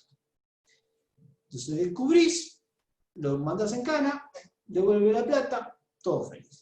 Ahora, ¿qué pasa si ahora complicamos un poquito más el sistema y incluimos un sistema de crédito, pero no de créditos en el sentido de que te registran lo que debes y lo que no debes, sino en el sentido de que ahora te prestan plata. O sea, vos podés no pagarme, no hace falta que tengas un crédito, digamos, antes. Si bien hay un crédito, si vos querés comprarme un poco más porque pensás que mañana me vas a devolver, bueno, yo te presto plata de alguna manera. Y uno se prestan a otro. Y la máquina sigue registrando esto. Sigue registrando créditos y débitos en todo el sistema. Recuerden, no es un sistema de pagos, no es que se compensa. ¿Sí? Vas sumando créditos de un lado de tu cuenta y vas sumando débitos del otro lado de tu cuenta. O sea que todos están debiendo plata con todos. Es esa sensación que uno le agarra cuando llega a Estados Unidos y le pregunta a la gente que si tiene plata o no, y dice, no, no tengo plata, pero no hay problema, porque dentro de 10 días me va a pagar no sé quién, y yo con esa plata le voy a pagar a no sé cuánta gente que le debo guita, y voy a decir, ¿cómo vive en una economía recontra súper endeudada? Bueno, esa sensación es la que quiero replicar en este nuevo sistema, que es un poquito más complejo, básicamente porque ahora sí se permite que haya créditos. Obviamente, a medida que la economía crece, estos créditos y débitos van sumándose, no se netean, en principio, y van generando deudas crecientes entre todo el sistema. Se acumulan deudas, se acumulan creencias entre todos, y por supuesto el sistema se vuelve genial. Imagínate que en una situación como esta, todo el mundo puede comprar todo lo que quiera a crédito, y entonces, digamos, la economía buena. Pero, como todos imaginarán, los riesgos también aumentan. Y efectivamente, supónganse ahora que una gran cantidad de inversores le pifiaron a los retornos esperados de una determinada inversión. Dijeron, bueno, esto va a rendir tanto, entonces yo ya voy tomando un crédito por tanto, voy a pagar tanta tasa, voy a ir consumiendo esto, y voy acumulando, ¿no?, mis débitos correspondientes. Total, mañana voy a tener créditos que van a compensar esta situación, entonces no va a haber problema. Pero resulta que si son varios los que le pifiaron, porque se dio una señal común para todos, que todo esto iba a ir bárbaro y de repente no era, porque hay una restricción física, por ejemplo. Entonces ahora, ¿qué hay que hacer? Y ahora hay un problema. El sistema de grado ya no le alcanza para pagar las deudas. La gente se creía que era más rica, pero al final no era. Y acá no hay hackers, acá los hackers somos todos, o son un montón de inversores que la pifiaron, y entonces estamos hablando de un error generalizado de expectativas de la inversión, cuyo problema se produjo porque cayó la eficacia marginal de la inversión. ¿Qué pasa? Empieza a reclamar todo el mundo, ¿sí? ¿Por qué? Porque todo el mundo cree que le tocaba más de lo que realmente le tocaba. Y dice, bueno, pero acá ¿dónde está el hacker? Háganlo pagar, yo no tengo nada que ver, yo laburé, hice esto, pedí crédito, me lo dieron, tengo todo mi esfuerzo listo para repagar y no me dejan. ¿Qué está pasando?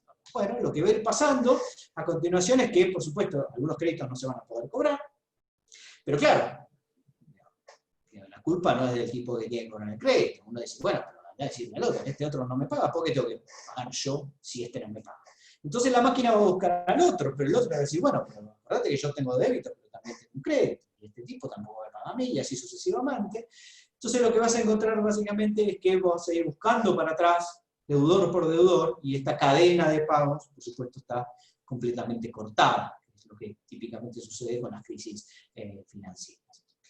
La conclusión es que como el sistema nunca había neteado nada, porque funcionaba mucho mejor así, acumulando deudas, finalmente termina dando vueltas sobre sí mismo. Esto es la típica situación en donde el sistema es financieramente frágil en términos de Minsky, que es el que desarrolló esta teoría que toma Axel como muy útil para explicar las crisis financieras, que es que todo el sistema está muy expuesto porque todo el mundo le debe a todo el mundo. En esta rueda, si hay un problema, como el que decíamos, de caída de eficacia marginal de capital, la crisis es tremenda, automática, y la verdad es que Keynes no lo describió así. Lo que Keynes describió no es tanto el inicio de la crisis, que se parece mucho a esto, del 29, sino porque se propagó la crisis. ¿Sí? O sea, la teoría general no es una teoría de por qué hay crisis, es una teoría de por qué las crisis duran. Procesos, no individuos. ¿Hay una solución a esto? Uno diría, bueno, pará, pero hay alguno que le erró y otro que no le erró. O incluso que se quiso hacer el vivo. Entonces vamos a tratar de diferenciar a lo bueno de lo malo, ¿no? Los honestos, los fraudulentos, que en economía se entienden por ilíquidos en un lado, y decir, bueno, este tipo quedó enganchado, pero la verdad que iba a devolver su vida. Este otro es un piola, porque este no tenía solvencia. Este es un insolvente, no es un ilíquido. Y lo que tiene que hacer el sistema ahora es distinguir unos de otros. Pero si hay mucho crédito, es muy difícil saber quién tiene un problema de solvencia y quién tiene un problema de liquidez. Argentina, en su deuda externa que acaba de regularizar, tenía este problema. Argentina probablemente, muchos decían que no tenía un problema de solvencia. ¿Por qué? Y porque la deuda PIB no era tan grande. Pero cuando vos veías los vencimientos, veías que tenía que pagar una torta de plata impresionante en un par de años, decían, pero esto no voy a tener la liquidez. Y si no voy a tener la liquidez, no voy a poder pagar. Si no voy a poder pagar, soy insolvente. Con lo cual, digamos, la iliquidez y la insolvencia se parecen más de lo que uno quisiera. ¿Sí? Uno por ahí quiere pagar, dice, bueno, me tengo que dar tiempo. Ah, no te puedo dar tiempo. Bueno, entonces soy insolvente. ¿Y la culpa de quién es? Establecer, además, digamos, con este tipo de crisis, de deflación, establecer cuánto es el error, cómo se distribuyen los costos, quién tiene que pagar, es un despelote. Piensen en la crisis de 2001-2002, donde, digamos, todo el mundo se echaba la culpa a todo el mundo, y los que más cobraban eran los intermediarios, los bancarios, que se supone que eran los que se habían llevado la plata. Pero en una crisis, sí, está lo que se llama la plata, pero toda la riqueza cayó. ¿Qué va a hacer? Y si además la crisis perdura y genera una deflación de deuda, sonaste, porque ¿qué es la deflación de deuda? Es una deflación de precios que hace que las deudas valgan más en términos reales. Con lo cual los deudores están peor todavía que antes, lo cual genera una amplificación del problema. Y todo empezó, vuelvo a insistir, por un problema de información agregada. Todos los inversores pensaban que ibas a andar mejor y no anduviste. En una economía con crédito eso es peligrosísimo. Y después tenés la otra, que es la crisis de inflación. Pero en el sistema ese que ideamos, ¿cuál es el problema de la inflación, de la crisis de inflación? Y el problema es en realidad que ese dinero externo que metíamos de entrada para que el sistema pudiera funcionar, de repente se vuelve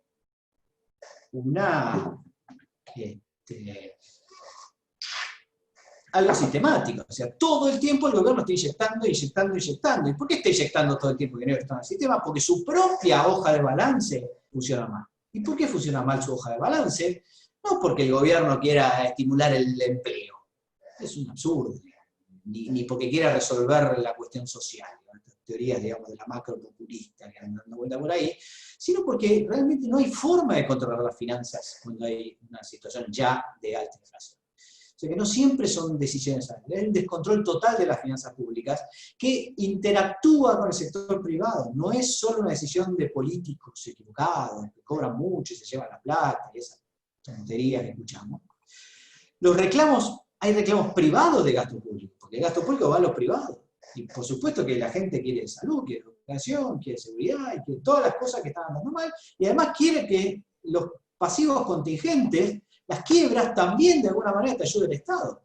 Muchas veces con mucho sentido. Se cae el sistema financiero y tenés un problema tremendo en la economía, terminás con el país. Entonces dices, bueno, pero antes de que se termine el país, salvar el sistema financiero, y te va a decir, pero vos salvás a los banqueros, sos un peor. O sea que en realidad, fíjense que acá muy bien me aclara Larrache que el 80% de los públicos son transferencias, exactamente. O sea que eso, digamos, la idea de que uno, digamos, puede corregir esto es imposible, además tiene un costo social absolutamente inabarcable. Pero digamos, estoy hablando más de los años 80, pero digamos, es perfectamente aplicable. O sea que en realidad tenés que andar resolviendo los problemas que tampoco genera adrede del sector privado. Estamos todos en un desequilibrio macroeconómico. Es el sistema mismo que está colapsando. Y eso se ve, de nuevo, se expresa bajo la forma de alta inflación. Y el sistema impositivo es un desastre con la alta inflación. Por ahí alguno acá que es especialista en temas fiscales, es un desastre, y además cada vez que se acelera la inflación no cobras nada, cobras impuestos del año pasado a las ganancias, de ganancias que ahora valen cero por la inflación. Con lo cual, el sistema es un desastre, completamente ineficiente, nadie paga y el Estado ni se da cuenta porque no tiene ni plata para controlar, y además cada una de las jurisdicciones hace lo que quiere. Decir, bueno, pero fíjate que el presupuesto, cuidámelo, sí, bueno, pero se me acabó la plata, tengo que pagar los salarios. Ese tipo de cosas no funciona, y por supuesto, si el Estado dice, bueno, pero préstame plata, así mejoro mis finanzas públicas y con eso resuelvo mi problema de inflación, nadie me quiere pagar. Es bastante obvio que nadie va a querer. Los resultados de esto es, por supuesto, que el sistema falla en informar los límites presupuestarios para todos los agentes económicos. O sea, ahí nadie tiene claro cuál es su restricción presupuestaria ni cuál es la restricción presupuestaria agregada, ¿sí? Se pierde toda referencia del sistema de contabilidad que yo les comentaba. El crédito en términos reales no se sabe cuál es, no se sabe cuánto vale, el sistema se vuelve completamente ineficiente, los recursos se asignan completamente mal, pasás todo el tiempo tratando de pelear contra la inflación y de sacar una plata de una cuenta cuando entra y sacarla de la cuenta corriente para ponerla en un plazo fijo para después sacarla el último día, porque si pasaron 2 días, perdiste un 2, un 3%, y así suficientemente, ¿no? Y así sucesivamente. En general, el grave problema que tenés en una crisis de inflación es que no hay forma de financiar el capital productivo. Por lo tanto, el crecimiento. Una economía con inflación alta y volátil no crece. Y es exactamente lo que nos pasó en los 80. Un poco a modo de conclusión respecto de las crisis. Una pregunta que uno podría hacerse es, pero la última crisis fue el año 30, hubo una en 2009, la verdad es que tan mal no está. El sistema capitalista de los países desarrollados, digamos que no funciona. Si una vez de 80 años tenemos una crisis, la verdad, venimos bárbaros. Ahora, entonces esto nos lleva a preguntarnos qué cosa genera crisis de demanda efectiva, cuáles son las condiciones. O sea, en principio, recuerden que la idea que habíamos transmitido es que las fallas se producen si los precios no ajustan de manera instantánea. O sea, y la pregunta es, bueno, pero los precios no ajustan todo el tiempo de manera instantánea. ¿Significa entonces que estamos todo el tiempo en desequilibrio? Sí, pero no hay crisis violentas todo el tiempo. Eso está claro. O sea, vivimos situaciones, salvo en Argentina, digamos, en el resto de los países que son más o menos tranquilos, ¿no? Nadie diría que estamos en una crisis permanente. Y la razón es básicamente que las economías más desarrolladas desarrollan stocks. Y los stocks que amplifican la crisis en Keynes, en la teoría general, por lo general operan como amortiguadores de la crisis. ¿Por qué? Porque si el flujo va mal, pero el flujo es chiquito en relación a los stocks, entonces el stock te compensa.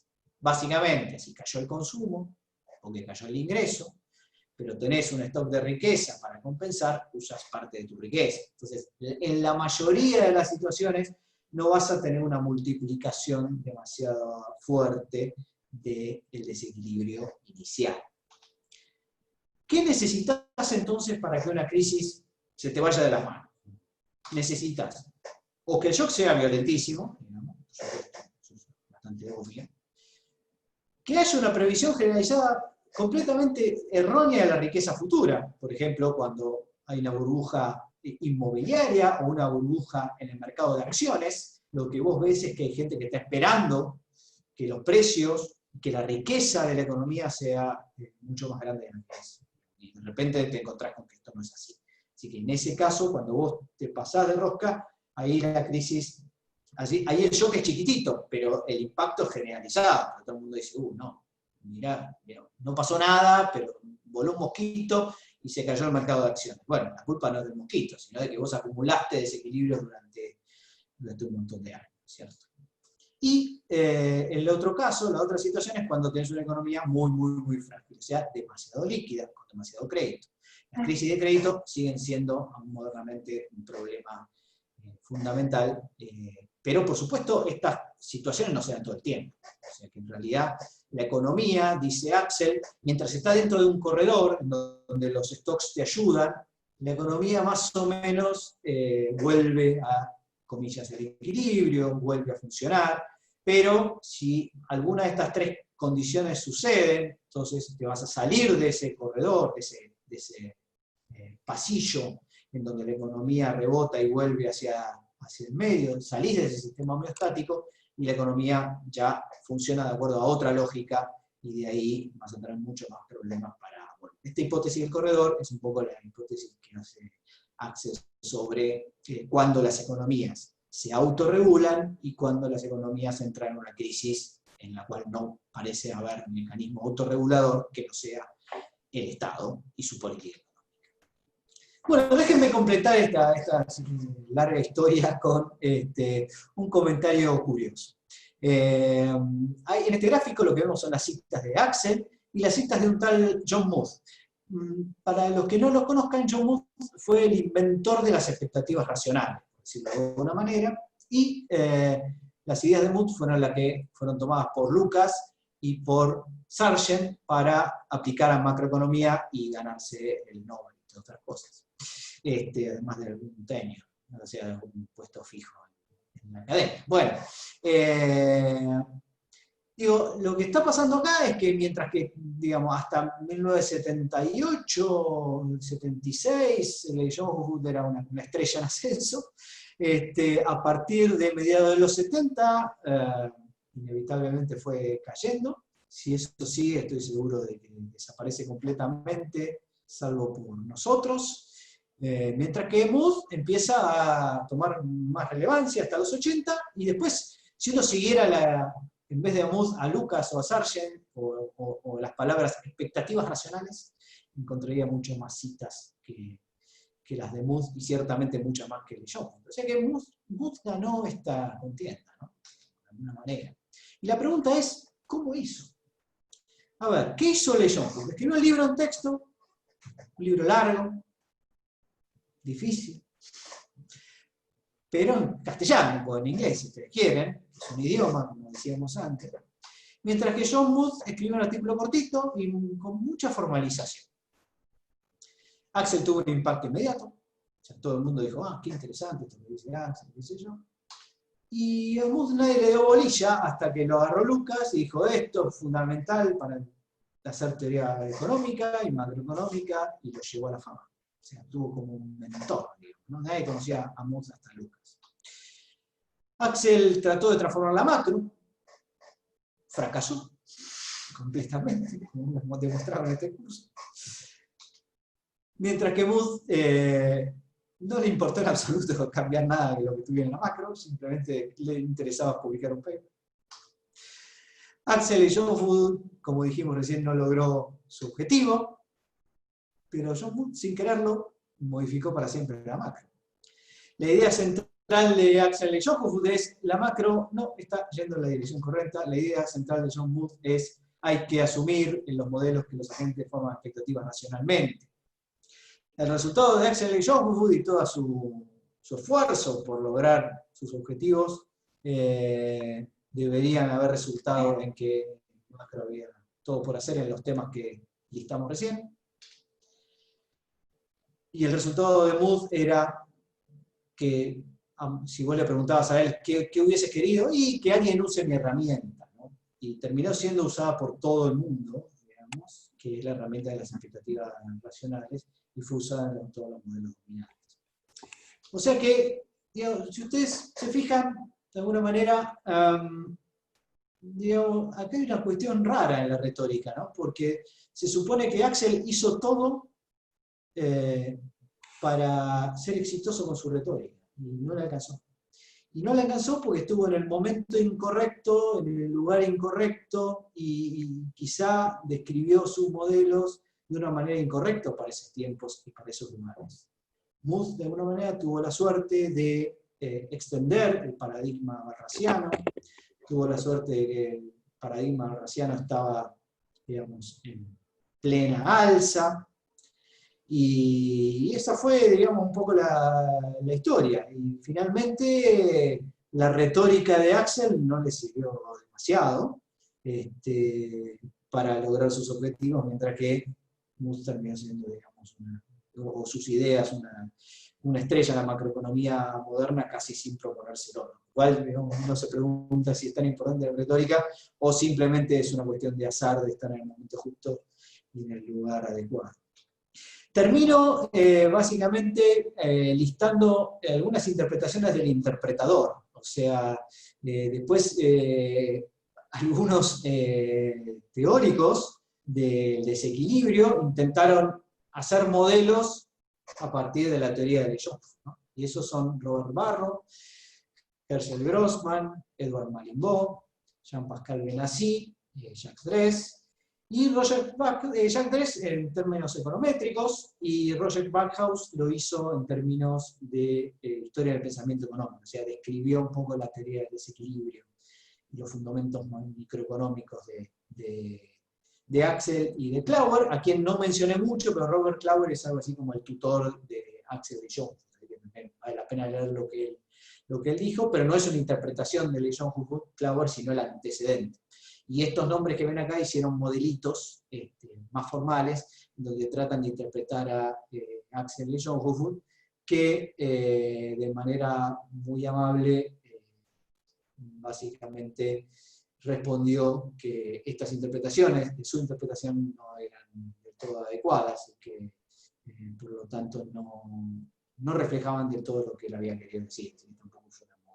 Un poco le terminó pasando a Axel lo que le pasó al propio Keynes, ¿no? Y eso fue una especie de ironía cruel de la historia de la macroeconomía.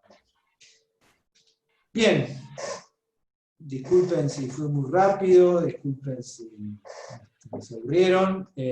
Abro preguntas, comentarios y otros. Y agradezco, por supuesto, la participación y la posibilidad de haberles contado esta historia.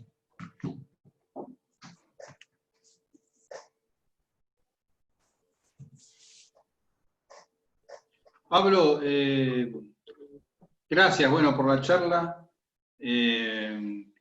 No, algo que recién estuve chateando, el ejercicio que comentaste de Axel Legendre, de esa economía que registra débitos y créditos, etcétera, ¿dónde aparece? Porque no estaba en la bibliografía que vos aconsejaste. No, yo pasé una bibliografía corta con el objetivo de que tuviesen la posibilidad de leerla, digamos, porque si una cosa de 300 páginas es obvio que nadie lo iba a leer, entonces mi intención era que se ciñeran, aunque sea una partecita, y por supuesto yo usé muchas otras referencias. La que vos te referís está en Two Types of Crisis, o sea, 2 tipos de crisis se llama, y está en el libro, hay un libro, no sé, se llega a ver ahí, que se llama sí, mira, está ahí. Económica, en castellano. Está también el artículo Fallas de demanda efectiva, que es, digamos, donde habla del famoso corredor, que yo introduje recién. Hay también otros artículos muy, muy interesantes, el de la conexión Bixel, que yo les comenté justo a partir de un comentario de Alfredo, también lo van a encontrar ahí. Y también los que hablan de los costos de la inflación. También hay un par de artículos que comentan sobre estas cuestiones y que un poco traté de resumir en estas cuestiones. Lo que no comenté yo, pero que también son trabajos de él, son temas que tienen que ver con el análisis de la ex Unión Soviética, es decir, por qué de alguna manera pasó lo que pasó. Un análisis que vale la pena estudiar. Y las cuestiones de los enfoques computables en economía. Un comentario sobre hacia dónde van los enfoques, digamos, más computalizados del análisis económico, que no son del todo modernos, porque ahora tiene 90 años y no está como para comentar sobre las revoluciones informáticas y de programación modernas, pero sí comentó algo sobre estas tendencias tecnológicas hace unos años. Así que... Bueno, bien. Gracias, gracias. Muy bueno el ciclo, las 3 reuniones. Muy bueno, muchas gracias, Pablo. Muchas gracias. Bueno, muchas gracias a todos y a todas. Gracias, Guillermo. Sí. Gracias por la oportunidad. Cerrá, José, si querés. No, la verdad nada, era para decirte, como todos, gracias. Quizás no hubo muchas preguntas porque son temas muy difíciles para comprender todavía, no solo los demás participantes que opinan, pero hay que hacer una lectura más profunda quizás, pero nada, como iniciación de mi parte estuvo buenísima. Agradecerte de nuevo por este ciclo y nada, estuvo bárbaro. Bueno, genial, nos vemos en las próximas charlas que seguramente pispee algo. Pablo, ¿te podría hacer una pregunta antes de terminar? Dale. Estuvo muy bueno y muy interesante todo el curso, y te quería preguntar, ¿qué podrías aplicar de estas conclusiones o algo a la Argentina? No sé, al caso actual o algo histórico o algún comentario de aplicar esto explicado a Argentina. No sé si podés o si está bien la pregunta.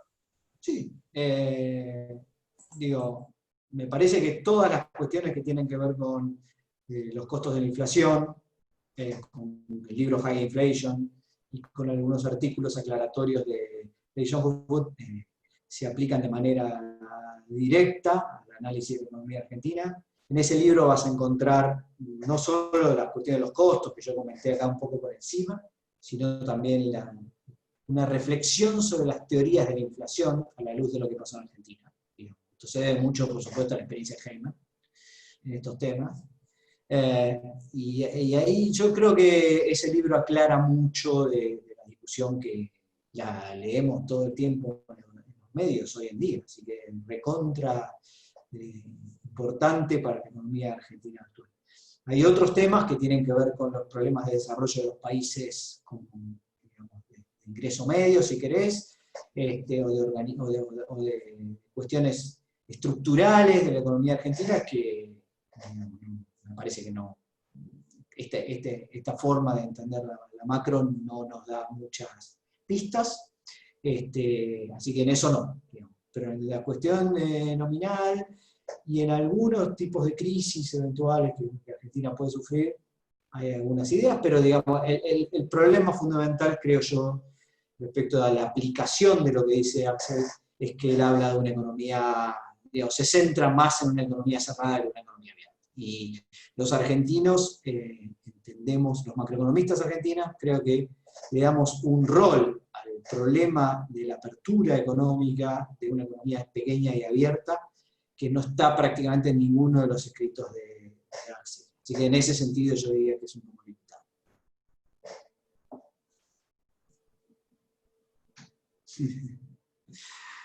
Bien, Ramiro. Otro día hablamos de Bloomberg. Bueno, otra vez, gracias a todos. Y cualquier duda, comentario o solicitud, me quedo. Un gran abrazo y gracias a la CEN por permitirme dar el taller. Gracias de nuevo, Pablo, un abrazo. Abrazo grande, chao.